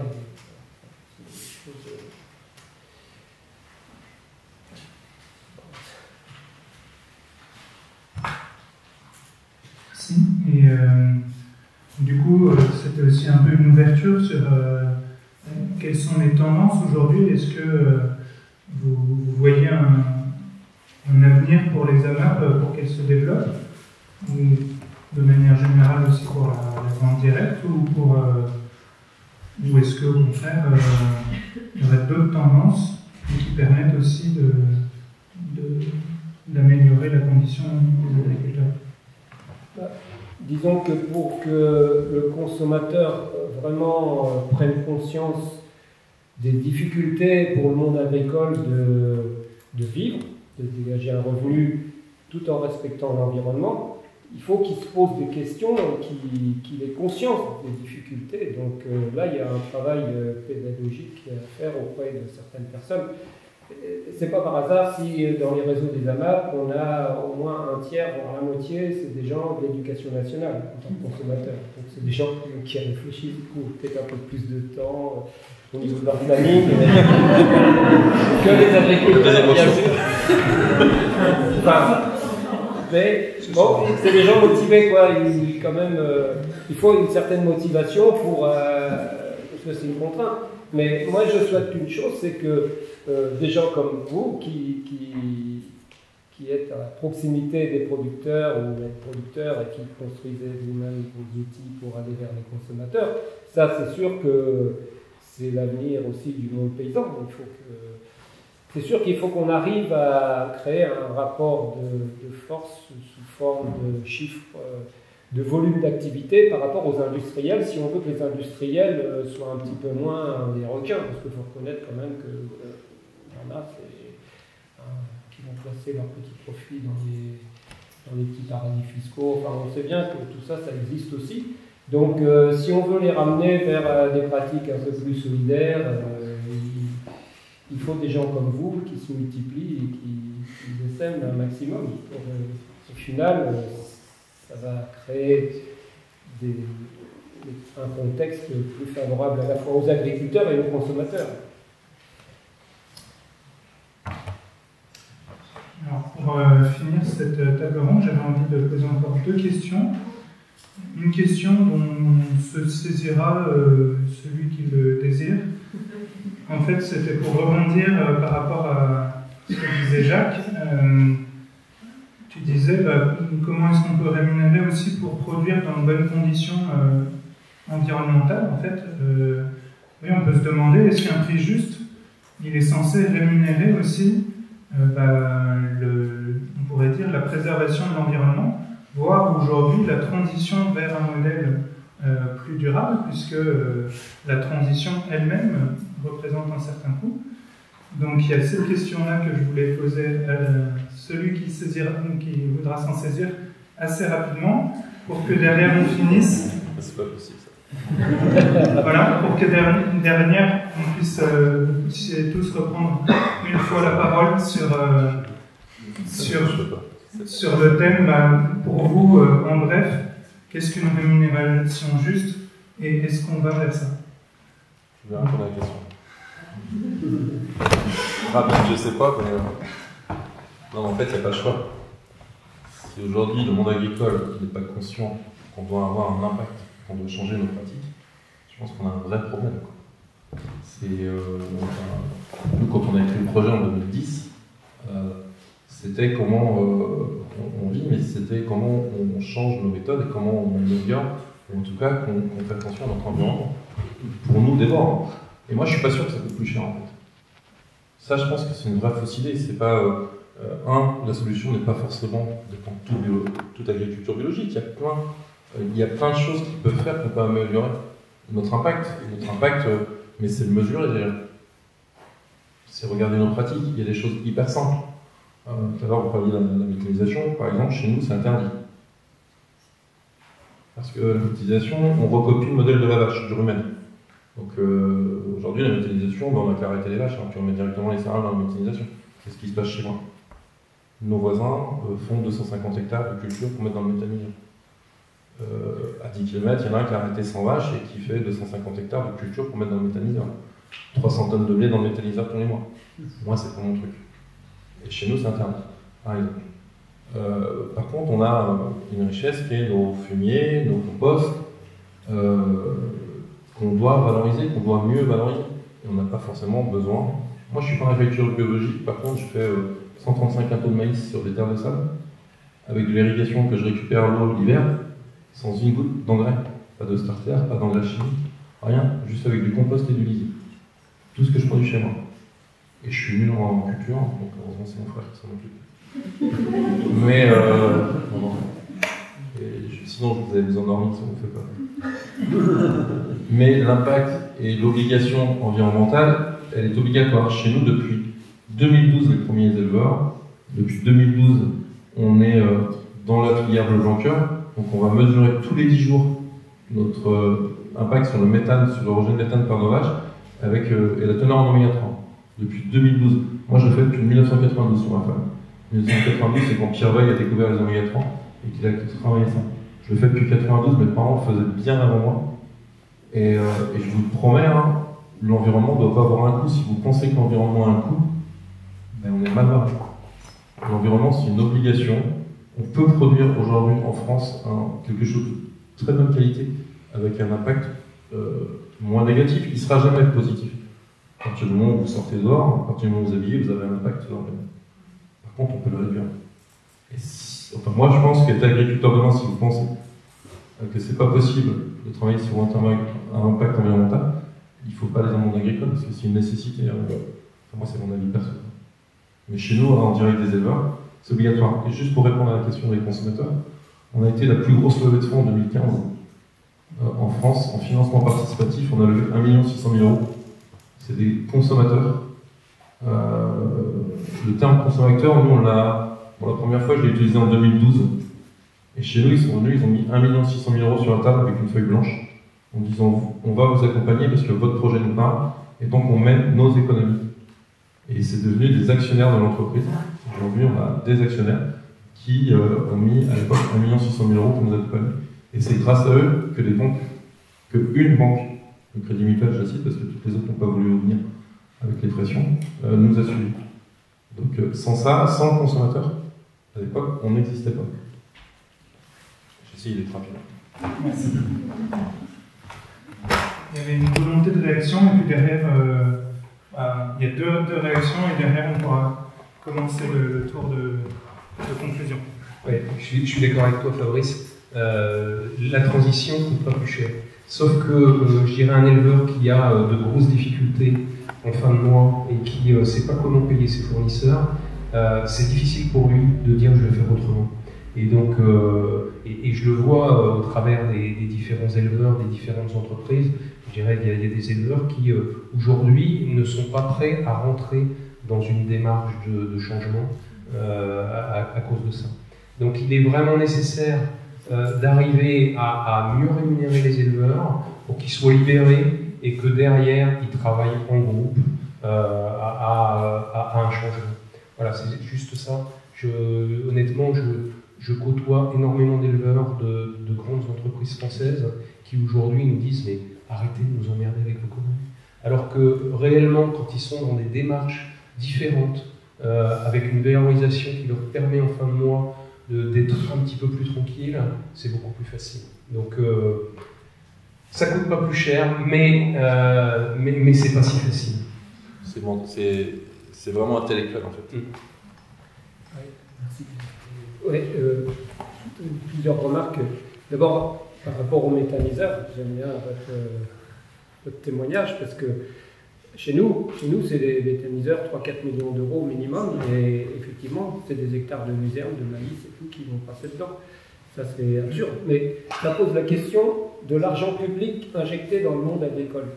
Ça, je pense qu'on n'en a pas du tout parlé, mais il faut savoir que c'est une bonne partie du revenu de certains agriculteurs, surtout les grandes cultures, l'élevage, bovin, viande.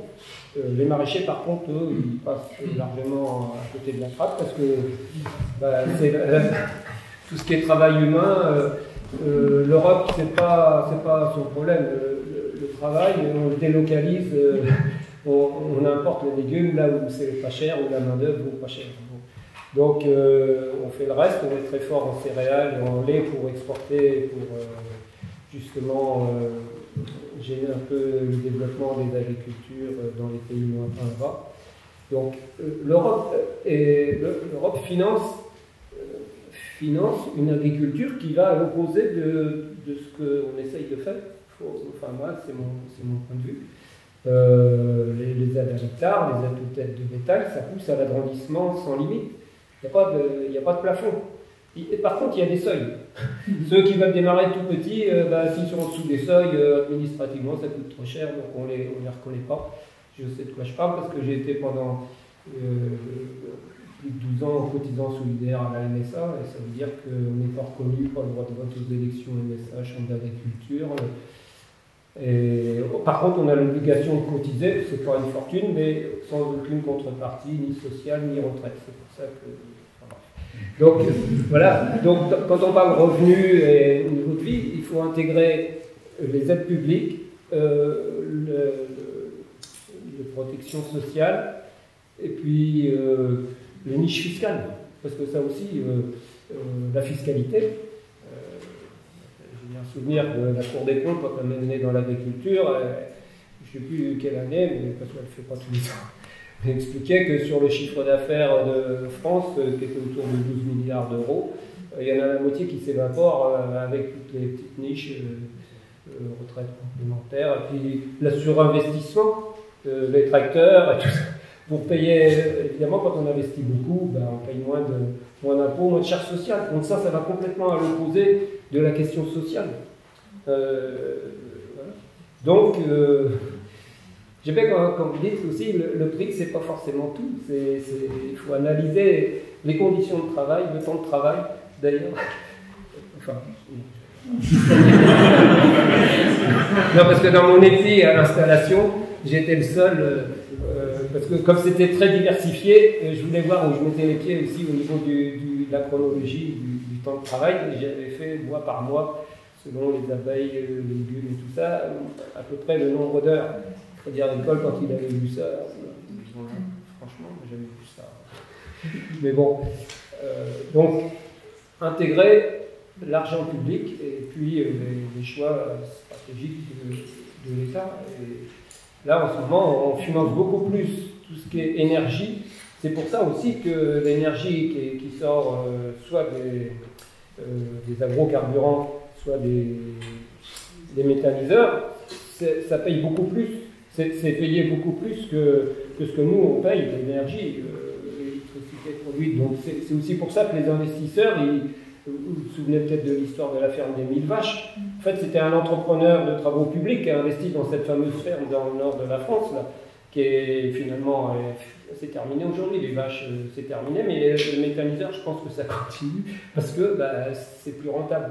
Donc si, au niveau de l'Europe, on finance ce genre de choses, c'est grave. Dans les régions, maintenant, même nous, en Normandie, on s'inquiète un petit peu, parce que le deuxième pilier de la PAC, disons que les priorités de la région, c'est plus l'installation maintenant, c'est l'investissement. Mais ils vont investir dans quoi?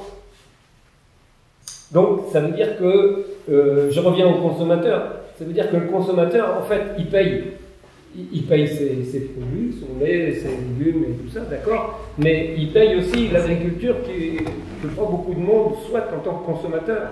Donc il faut que chaque consommateur se préoccupe de savoir, interpelle ses élus pour voir ce qu'ils font de la destination de notre argent public. Merci. Du coup, si vous voulez tous chacun reprendre la parole une minute sur... voilà, façon de parler, mais très bref, sur un point qui vous paraît important sur ce thème de la juste rémunération du travail, et notamment sur l'évolution, en fait. Quelles tendances vous observez sur la rémunération du travail? Oui. Alors, en guise de conclusion, je dirais que rien n'est durable s'il n'est équitable. Donc, et si on veut garder une autonomie alimentaire au niveau de notre pays, il faut arriver à expliquer à chacun que l'alimentation a un prix. Fabrice disait tout à l'heure que le prix du lait de 2012 était identique à celui de 30 ans auparavant. Ça s'est un peu amélioré, mais je dirais on est à peu près dans les mêmes dans le même état d'esprit.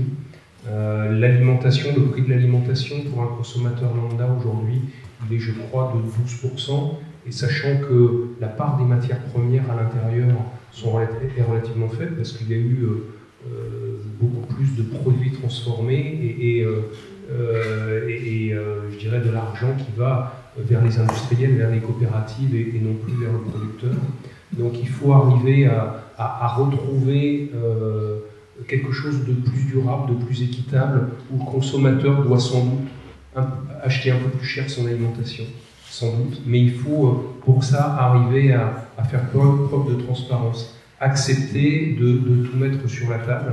Alors c'est pas très évident, on parle des Egalim, j'en avais parlé tout à l'heure, et ça n'a pas été repris, mais l'idée du gouvernement quand même est d'aller vers plus de transparence, vers une contractualisation et une sanctuarisation de la matière première.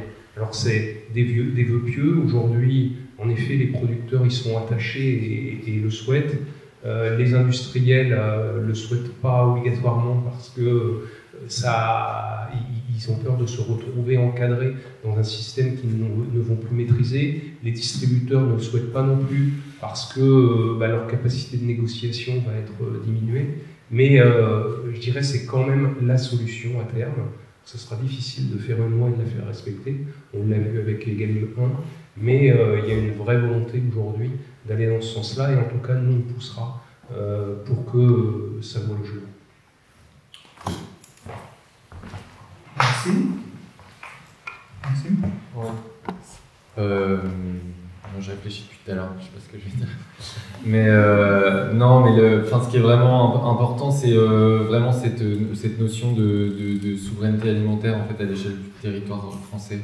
Aujourd'hui, je pense que c'est très important. Il faut vraiment remettre les producteurs au centre des relations, que les producteurs créent des dynamiques collectives et ensemble puissent mener des projets, que ça soit sur des modèles économiques, que ça soit sur des aspects sociétaux, sur des aspects environnementaux. Je pense que on a besoin de recréer cette dynamique sur le territoire. Et aujourd'hui, on parlait des industriels tout à l'heure, comme quoi il faut les faire changer. Moi, je pense qu'aussi l'agriculture française a besoin d'évoluer, a besoin de changer et d'aller dans son temps aussi. Et que il faut avancer, et je pense que la meilleure façon dont on peut avancer, c'est en étant tous ensemble et en ayant des valeurs communes et qu'on puisse les partager au maximum autour de nous.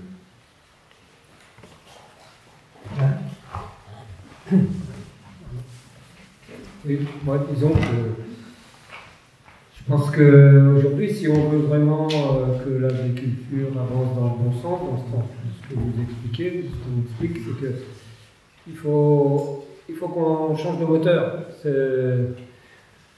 Le moteur, ça ne doit pas être simplement l'économie pour que chacun gagne le plus possible d'argent. Enfin, il faut aussi faut gagner sa vie, mais honnêtement.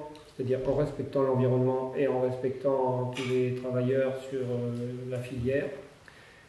Et c'est-à-dire que nous, les paysans, sans les non-consommateurs, on n'est rien. Donc, il faut absolument contractualiser d'une manière ou d'une autre, et qu'ensemble, on réfléchisse à où on va, d'où on vient et où on va. C'est-à-dire, donc, le moteur, c'est pas uniquement l'économie. Ça doit être ce que j'appelle la culture, c'est-à-dire comment la culture au sens premier, c'est-à-dire comment les gens dans un territoire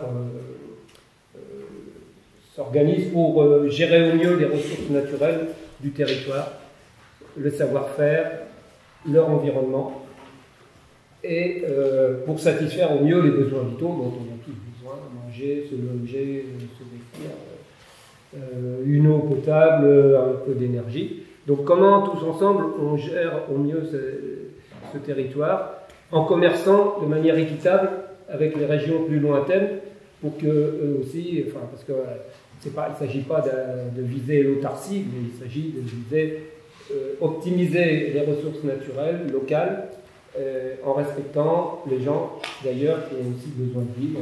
Évidemment, moi, vu mon parcours en ayant nord-sud, je pense que c'est l'avenir, parce que cette planète-là, c'est clair, enfin, vous le savez tous, hein, les experts en climat nous disent que si dans les 10-20 ans qui viennent, on ne change pas radicalement de cap, la planète sera plus vivable à court terme.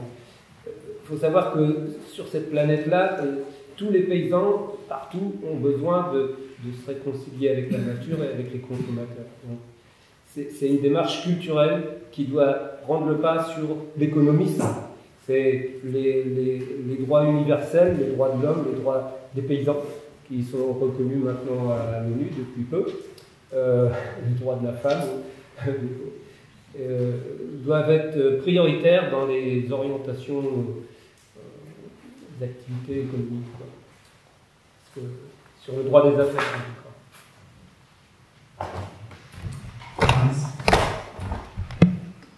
Moi, il y a un chiffre qui me choque, là, c'est qu'on a 50% des éleveurs laitiers en France, voire des agriculteurs qui s'en traitent dans les 3 à 4 ans. Donc vous n'êtes pas le problème, vous êtes la solution. Vous êtes la solution actuelle. Donc c'est pas... vous avez juste un problème. Hein.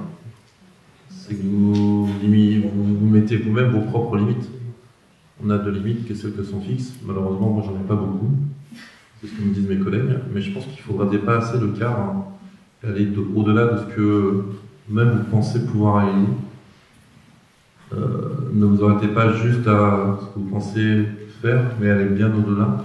Autorisez-vous à rêver, parce que je vous dis, vous êtes la solution de demain. Donc, quel que soit ce qu'on fait, nous on a essayé de prendre un virage, mais si ce virage-là, il n'est pas continué, s'il n'y a pas des gens derrière, ça ne sert à rien non plus, donc vous êtes la solution.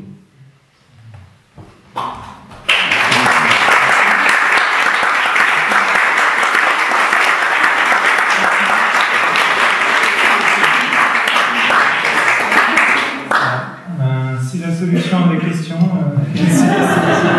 Ou des propositions. Oui, Jean? Merci à tous les 4, tous les 5 pour ce que vous nous avez donné.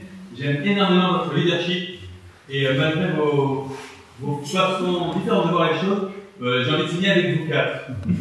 Il y a un élément que je voudrais avoir de vous, c'est la notion du travail. Je suis ouvrier paysagiste, on en discutait à midi avec un agriculteur.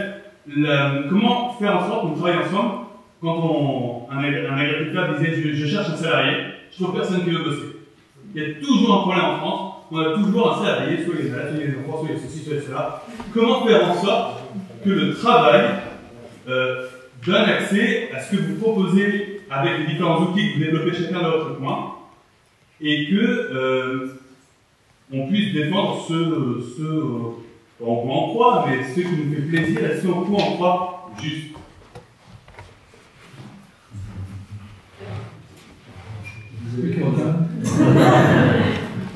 La question est pas simple. Hein. Je sais pas, Philippe, tu pourras peut-être répondre. Oui, je le ferai après toi. Ouais. Est-ce que quelqu'un avait envie de s'installer en agriculture et après ça, il a encore plus envie?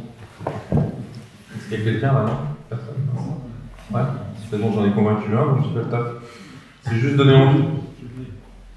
C'est comment on donne envie, et donc c'est, je pense pas avoir été négatif aujourd'hui. J'essaye plutôt de porter une parole optimiste, parce que je suis un éternel optimiste. Et quand je disais que vous êtes la solution, c'est pas juste pour vous faire rire. Je pense qu'il faut qu'on donne envie dans quel que soit le métier. Il faut qu'on donne envie si... Un jeune, c'est comme quand vous allez au resto. S'il y a une file d'attente devant un resto, et qu'en face, le resto est vide, vous faites quoi? On est con, hein, mais on va quand même faire la queue. Parce qu'on est sûr qu'on va bien manger. Et bien, il va falloir qu'on arrive à qu'il y ait la queue devant nos fermes, qu'il y ait la queue devant nos entreprises, pour donner envie. Et je pense que notre métier, depuis longtemps, il était vu de l'extérieur, avec pas une bonne image, et ben ça fait partie de notre job. De dire qu'on peut faire les choses bien, qu'on peut avoir des impacts positifs. Je suis désolé, moi j'ai le plus beau métier du monde. Hein. Le matin, je me lève avec un super lever de soleil, avec les animaux. J'ai 90 hectares de forêt à côté de ma ferme. Je suis pas à plaindre. Et j'arrive à trouver du temps pour faire 3 heures de route et venir vous voir. Je suis vraiment pas.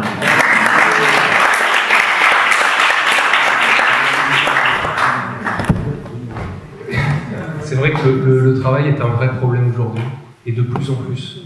Je le vois au travers des éleveurs qui travaillent avec nous, et ils rencontrent vraiment de grosses difficultés pour trouver aujourd'hui du personnel, et il y en a peut-être qui vont arrêter le lait à cause de ça. Moi, je vais parler de ce que je connais un peu mieux, l'usine. On a 250 salariés qui travaillent 7 jours sur 7, qui travaillent en 3-8, donc du travail de nuit. C'est pas obligatoirement, ça fait pas rêver, c'est clair. Et la solution, bah, alors on n'a pas de turnover très important, et je peux vous assurer qu'on ne les paye pas 4 000 € par mois, les salariés chez nous, mais on essaye de le respecter, et ils se sentent bien dans l'entreprise.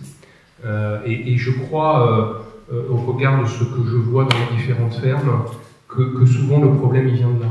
C'est-à-dire qu'à un moment, bah, il faut respecter les gens, il faut que la personne se sente bien dans son travail.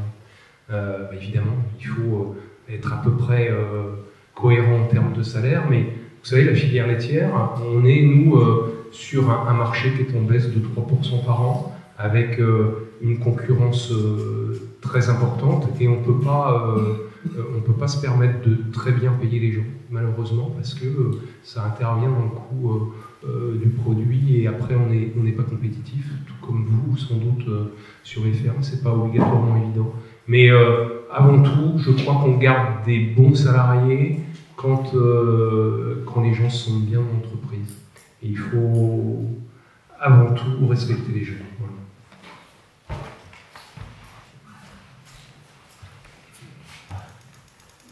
Voilà. Avant que Jacques réponde, je vais prendre une autre question, comme ça t'inspirera peut-être de compléter la réponse. Vas-y, Céline. Est-ce qu'il n'y a pas aussi une question de l'implication des salariés, à savoir, à son associé, ça fait plus et a plus envie de travailler qu'un salarié. Vous dites qu'il faut donner envie, qui est-ce qui a envie dans cette salle? Vous parlez d'installation, mais vous ne parlez pas de salariat. Et de même pour votre entreprise, est-ce que la question des salariés actionnaires s'est posée? Comment est-ce que vous impliquez vos salariés pour qu'ils aient envie de venir travailler? Je vais laisser Jacques répondre à la question précédente. C'est plutôt pour les jeunes, effectivement. Donc, votre génération 30, 40, moins de moins. Effectivement, si vous êtes là, c'est que vous êtes déjà intéressé, donc c'est bon pour vous. Mais nous, au réseau des AMAP, par exemple, on a l'an dernier engagé une action auprès d'une association qui s'occupait de loisirs pour les jeunes. Et c'est eux qui sont venus vers nous en disant est-ce qu'on pourrait organiser des petits ateliers avec ces jeunes sur vos fermes. Et ben, oui, on a dit oui, on a répondu. Et en fait, ça s'est très bien passé. Ils sont venus à chaque fois à 7 ou 8 jeunes, 12-15 ans, qui ont choisi de venir. Hein. Je ne dis pas de leur imposer, mais ceux qui avaient l'idée de venir à la campagne, nous voir et de faire un petit travail, ils sont venus, mais le collègue maraîcher leur a fait planter des salades après avoir expliqué comment il en était arrivé là et son métier. Et ils ont été super contents, tout le monde a passé un après-midi super. Après ils sont venus chez moi, on a ramassé des pommes, on a visité la ferme. Je me dis, bon, sur ces 7-8 jeunes, s'il y en a un ou deux qui se retrouvent, qui a l'impression, parce qu'en fait, il y a de plus en plus de jeunes, tout le monde habite en ville maintenant. 8 habitants sur 10 sont en ville, ils sont complètement déconnectés de la nature. Et ces jeunes-là ont redécouvert la campagne. Et ça, déjà, rien que ça peut donner l'idée, ça va peut-être leur rester quelque part, mais il faut multiplier ces opportunités de visiter nos fermes et qu'on partage la chance qu'on a d'avoir ce super métier, effectivement. Merci. Et du coup, sur les partenaires, que les ouvriers, enfin les salariés puissent être associés.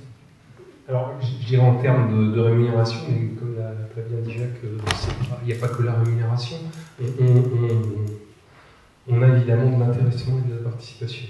C'est-à-dire que plus l'entreprise gagne, plus les salariés sont mieux rémunérés. C'est-à-dire 25% du résultat de l'entreprise revient aux salariés. Et donc ça permet en effet de motiver les gens. Mais je crois que ça, le salaire, c'est qu'une petite partie. Évidemment, il faut vivre, et on se compare toujours à ceux d'à côté, et on veut avoir les mêmes intérêts que les autres. Mais au-delà de ça, c'est avant tout le respect entre les équipes et la cohérence. Enfin, faire ce qu'on dit et travailler ensemble, main dans la main. On a dans notre entreprise 2000 salariés, et ben n'importe qui tutoie le patron de l'entreprise et inversement. Alors ça ne veut peut-être pas dire grand-chose, mais réellement, il y a une relation entre les différentes équipes. Alors je ne dis pas que ça n'arrive pas de temps en temps qu'on n'est pas séparé de quelqu'un, hein, évidemment, de temps en temps. Il y a des gens qui passent les limites et il faut savoir le dire et savoir le faire. Mais il y a une vraie entente et une vraie compréhension, je dirais, de l'entreprise par les salariés. On va leur expliquer les résultats de l'entreprise 2 fois par an en leur disant ben voilà, l'entreprise a gagné tant. Et ça, c'est hyper important que chacun comprenne l'entreprise et où elle veut aller et comment y arriver.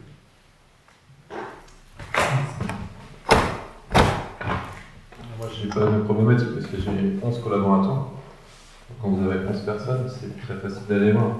Après, tout à l'heure, pour les exploitations, de donner envie, à la fois pour le salariat et pour des installations, c'est la même chose.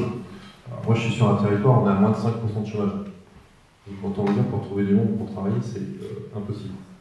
On n'a personne. En plus, on a un problème de logement, donc il n'y a personne qui vient non plus. Donc là, c'est plutôt un problème politique, aménagement du territoire, qu'on essaye de voir aujourd'hui, mais qui a 10 ans de retard. Donc c'est très difficile.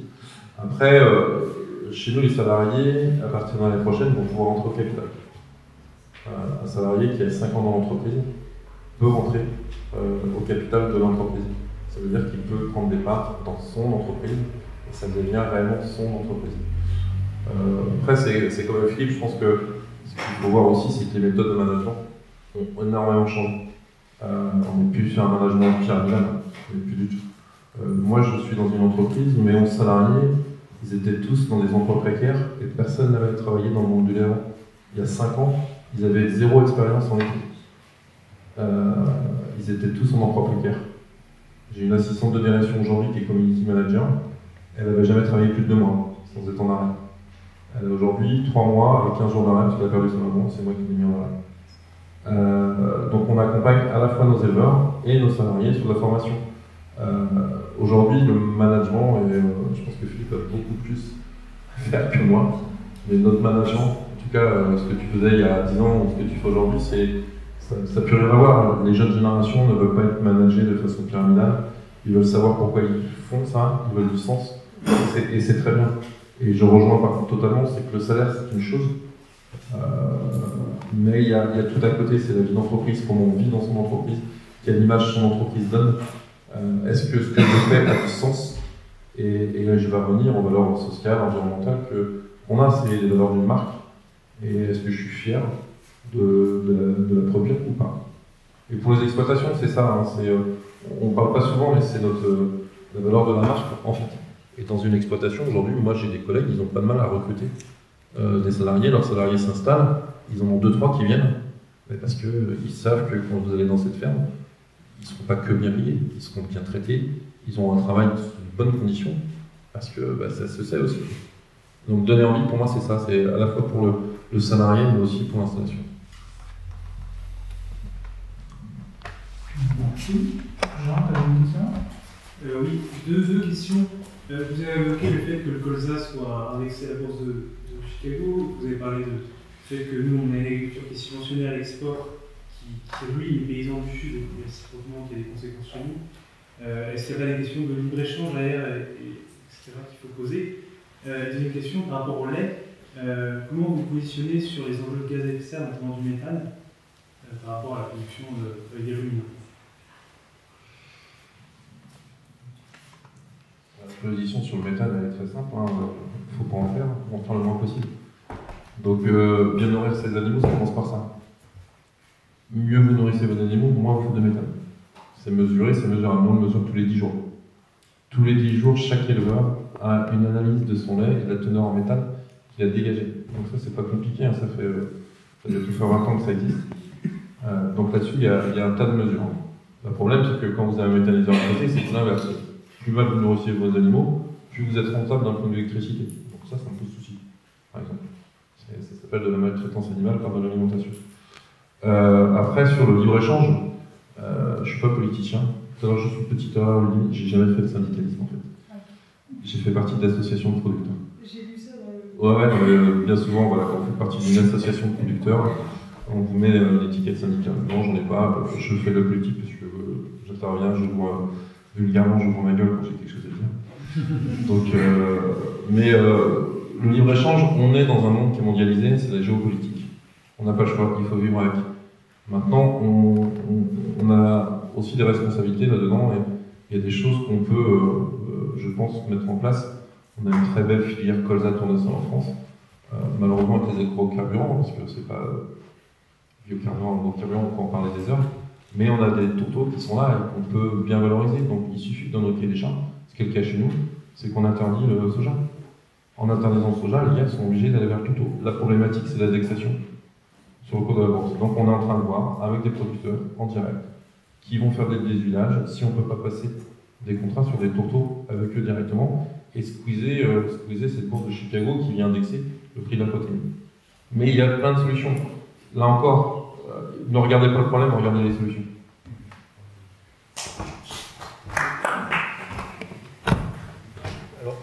Alors, concernant le méthane, en effet, je dirais nous on est dans des démarches également de bloqueurs qui ont été reconnus par rapport à l'alimentation. Au-delà de ça, on a mis en place auprès de l'ensemble des éleveurs une démarche d'amélioration continue relativement lourde, avec je dirais une analyse, un diagnostic qui prend une demi-journée dans chaque exploitation.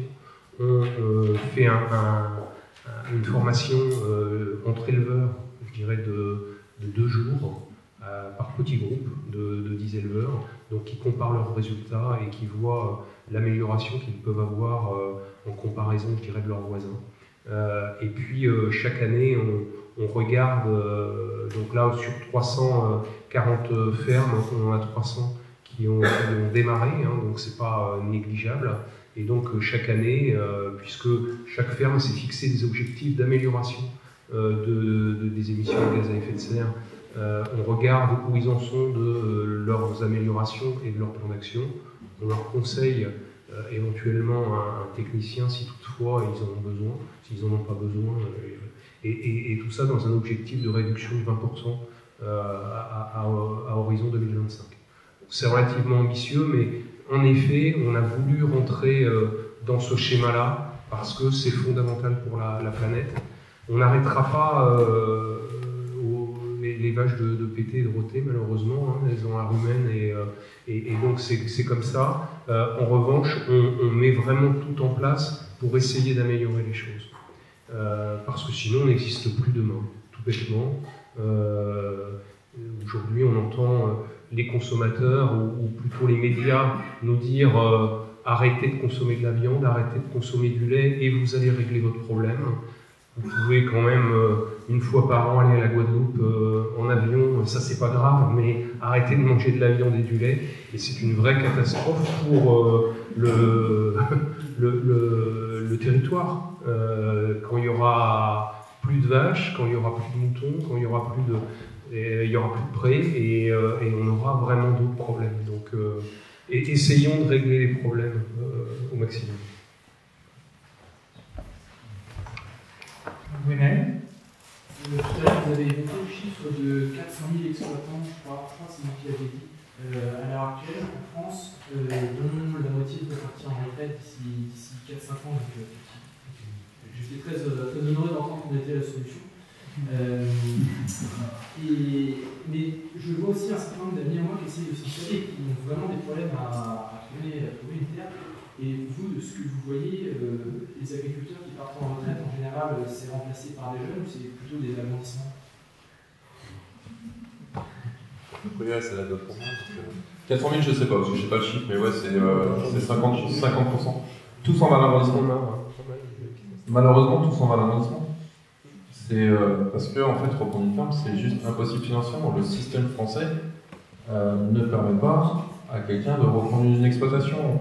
Juridiquement, c'est nul. C'est-à-dire que l'éleveur qui s'en va, il a l'impression de ne pas avoir été payé toute sa vie, et il se dit, j'ai un énorme capital, quoi.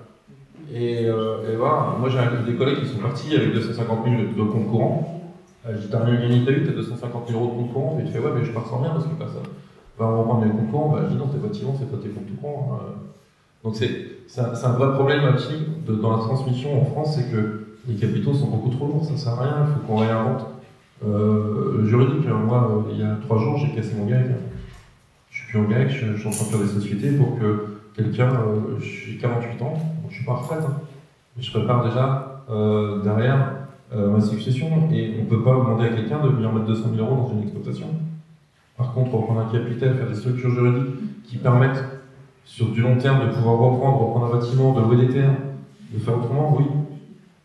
Aujourd'hui, reprendre une exploitation en mettant un demi-million, voire plus, vous faites comment On est en train d'installer des jeunes, vous faites partie de cela. On vous demande un plan à 5 ans d'investissement. Vous ne savez même pas combien il est payé dans 2 mois. On vous dit à 5 ans, tu vas investir quoi? Moi, j'ai des collègues aujourd'hui qui sont jeunes, on leur demande de rendre des aides parce qu'ils gagnent trop d'argent. C'est effarant. C'est effarant. Donc oui, malheureusement, ça s'en va à l'agrandissement. On fait toujours autant d'aides depuis 25 ou 30 ans en France.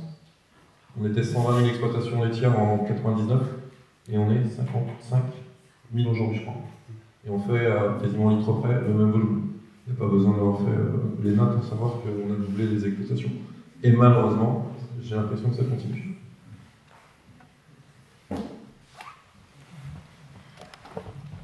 Je voulais répondre à cette question parce qu'elle est hyper importante, et puis en tant que jeune, franchement, dans le monde agricole, on se pose aussi la question, moi personnellement, mais aussi mon entourage, de se dire bah oui, pourquoi pas s'installer, mais c'est difficile.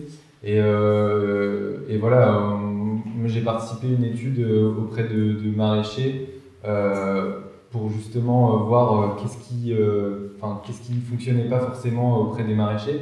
Et il y avait vraiment ces 2 notions qui sont ressorties, c'est la notion de viabilité de l'exploitation, donc ce qu'on parle depuis tout à l'heure, du fait qu'une exploitation soit durable, économiquement, environnementalement, socialement. Mais il y a la vraie notion de vivabilité, et là je rejoins aussi la première question. Et en fait, aujourd'hui, on se rend compte qu'on a des producteurs, que ce soit sur les fruits et légumes, mais dans d'autres filières, qui vont aller s'installer, mais qui vont être épuisés en fait du système, et qui vont être complètement dégoûtés, et qui vont pas avoir envie justement d'aller travailler. Mais au-delà de ça, je pense qu'il y a encore cette notion de changement. Aujourd'hui, il y a des modèles d'exploitation agricole qui se mettent en place et qui sont différents, ce qui explique Fabrice avec d'un point de vue juridique, mais autre.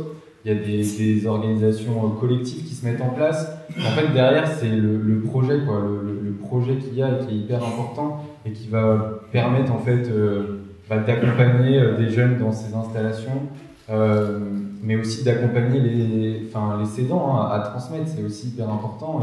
Et aujourd'hui, je pense qu'ils sont de plus en plus sensibilisés, mais voilà, c'était une question qui était difficile jusqu'à aujourd'hui, et parce que l'agriculture française est très familiale, et on a voulu garder aussi ces transmissions familiales, mais en même temps, on ne poussait pas les jeunes au sein des familles agricoles à rester sur l'exploitation. Parce que l'image de l'agriculture, elle est compliquée. Et nous, en tant que jeunes, perso, j'ai pas envie de me flinguer, j'ai envie d'avoir mes week-ends, j'ai envie d'être bien payé. Enfin voilà, il y a toutes ces notions-là qui sont à prendre en compte, et je pense qu'ils sont hyper importantes pour réussir la transmission des exploitations agricoles demain, et d'avoir peut-être plus de jeunes en agriculture. On observe, nous, on fait ce qu'on appelle une Starbucks, c'est-à-dire qu'on réunit, je dirais, les jeunes installés chaque année, les nouveaux, pour leur expliquer la stratégie de l'entreprise, mais pour aussi les faire rentrer dans le système dans lequel ils vont vivre. On voit quand même une vraie différence depuis peu de temps avec un attrait pour les petites exploitations. Enfin, quand je dis petites exploitations, des exploitations où on peut travailler en couple par exemple, parce que c'est vrai que les gros GAEC, ça devient compliqué et on voit que ça s'arrête quelquefois du jour au lendemain pour des histoires d'entente, pour des histoires qui n'ont rien à voir avec l'organisation. Et moi je tire mon chapeau, hein, je dirais à un jeune couple qui s'installe en production laitière et qui se dit je ne peux pas participer à un week-end comme là vous le faites aujourd'hui parce que je suis 365 jours par an, surtout quand on s'installe, payer le service de remplacement, etc. C'est un peu compliqué. Et donc, et pourtant, c'est une vraie passion. Et la volonté de s'installer sur des fermes, je dirais, de 300-400 000 litres, on en voit de plus en plus. C'est des fermes qui trouvent de l'attrait pour des jeunes qui veulent s'installer. C'est un peu étonnant, mais dernièrement, j'ai vu 2 GAEC d'1,8 million. Alors, je ne sais pas si vous voyez, mais la moyenne française est à 400 000 litres de lait par 450 000 litres par an et par exploitation. Des GAEC à 1,8 million qui s'arrêtent en 15 jours. On en a 2. C'est fou. On en a 2 il y a 15 jours, des gens de 35 à 40 ans. Ouais. Ils ont fini leurs emprunts, ils en ont plein plus. Ils s'arrêtent. Ah ouais, parce que le relationnel dans le GAEC fait que ça devient vivable ou que c'est compliqué. Et donc la petite ferme familiale, avec un projet de transformation, avec des projets de vente directe, etc., peut avoir du sens. J'ai vu que Jacques avait aussi envie de prendre la parole. On va bientôt arriver à la fin. Donc je voulais voir où on en était au niveau des questions, s'il y avait vraiment des dernières questions pressantes. Bon, il n'y a qu'une question, donc on va la prendre. Je donnerai la parole à Jacques et on verra comment on peut conclure. Bonjour, qu'est-ce que vous pensez de la nouvelle PAC? Est-ce que ça va en faveur des nouveaux trajets environnementaux que vous souhaitez ou pas? Allez, Jacques.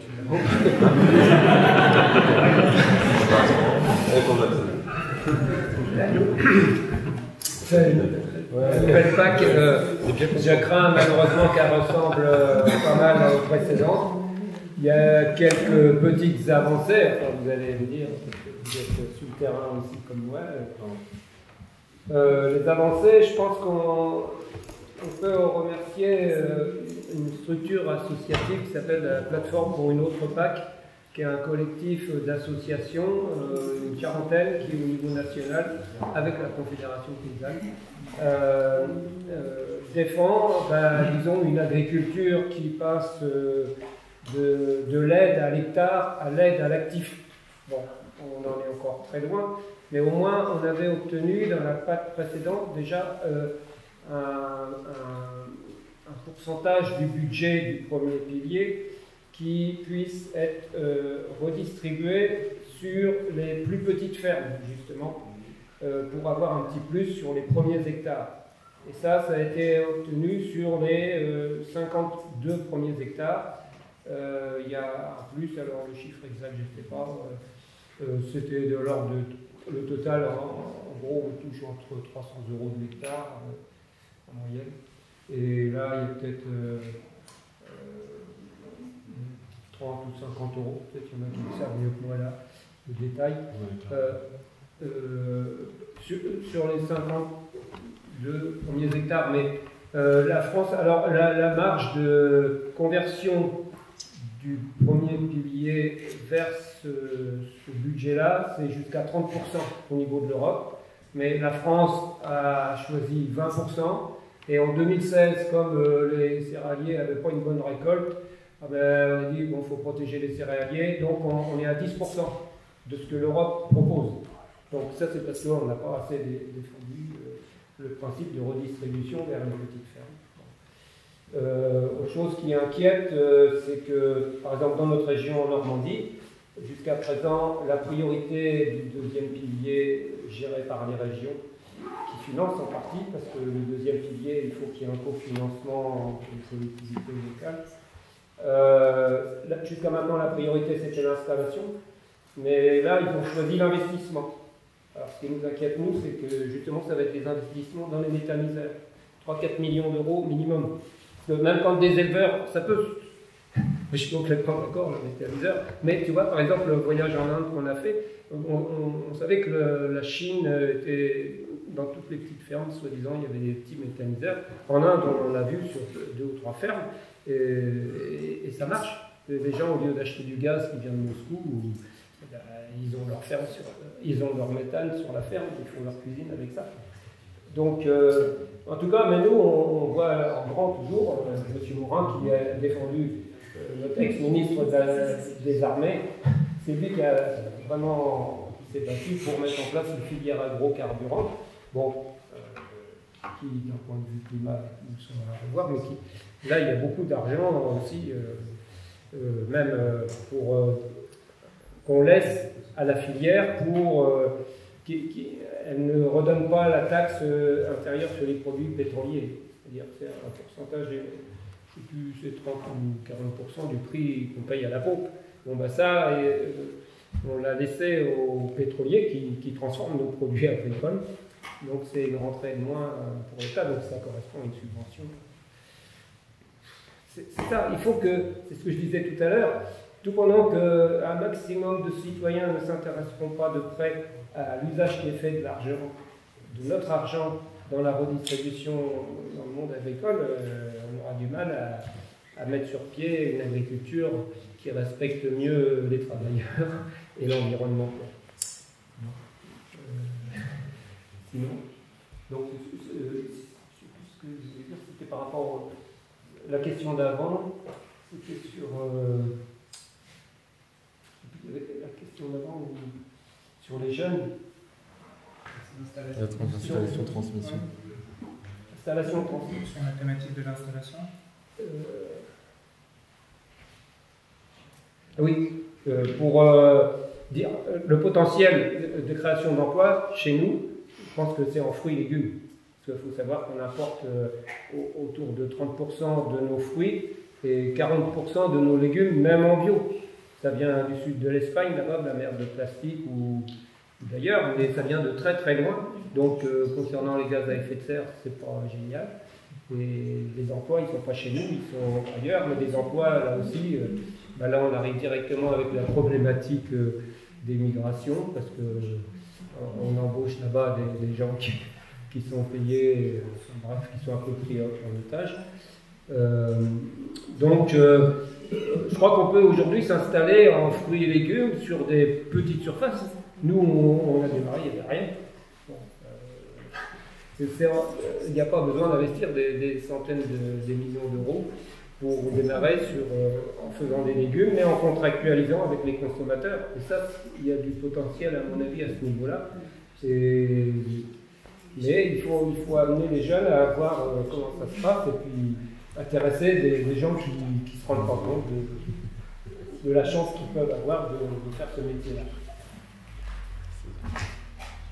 Merci beaucoup à tous les quatre. On a pu voir différents leviers, que ce soit différents niveaux des filières, donc avec les consommateurs, les producteurs, les industriels et les distributeurs, que ce soit aussi transversal avec des thèmes qu'on a pu aborder comme la transparence, le fait de donner envie, et puis aussi le fait de travailler en collectif, de travailler avec les autres. Comme on l'entendra demain pendant la messe, il n'est pas bon que l'homme soit seul. C'était aussi ce qu'il nous disait ce matin François de Carigny. Donc, merci à tous les quatre, bravo, et on va pouvoir passer.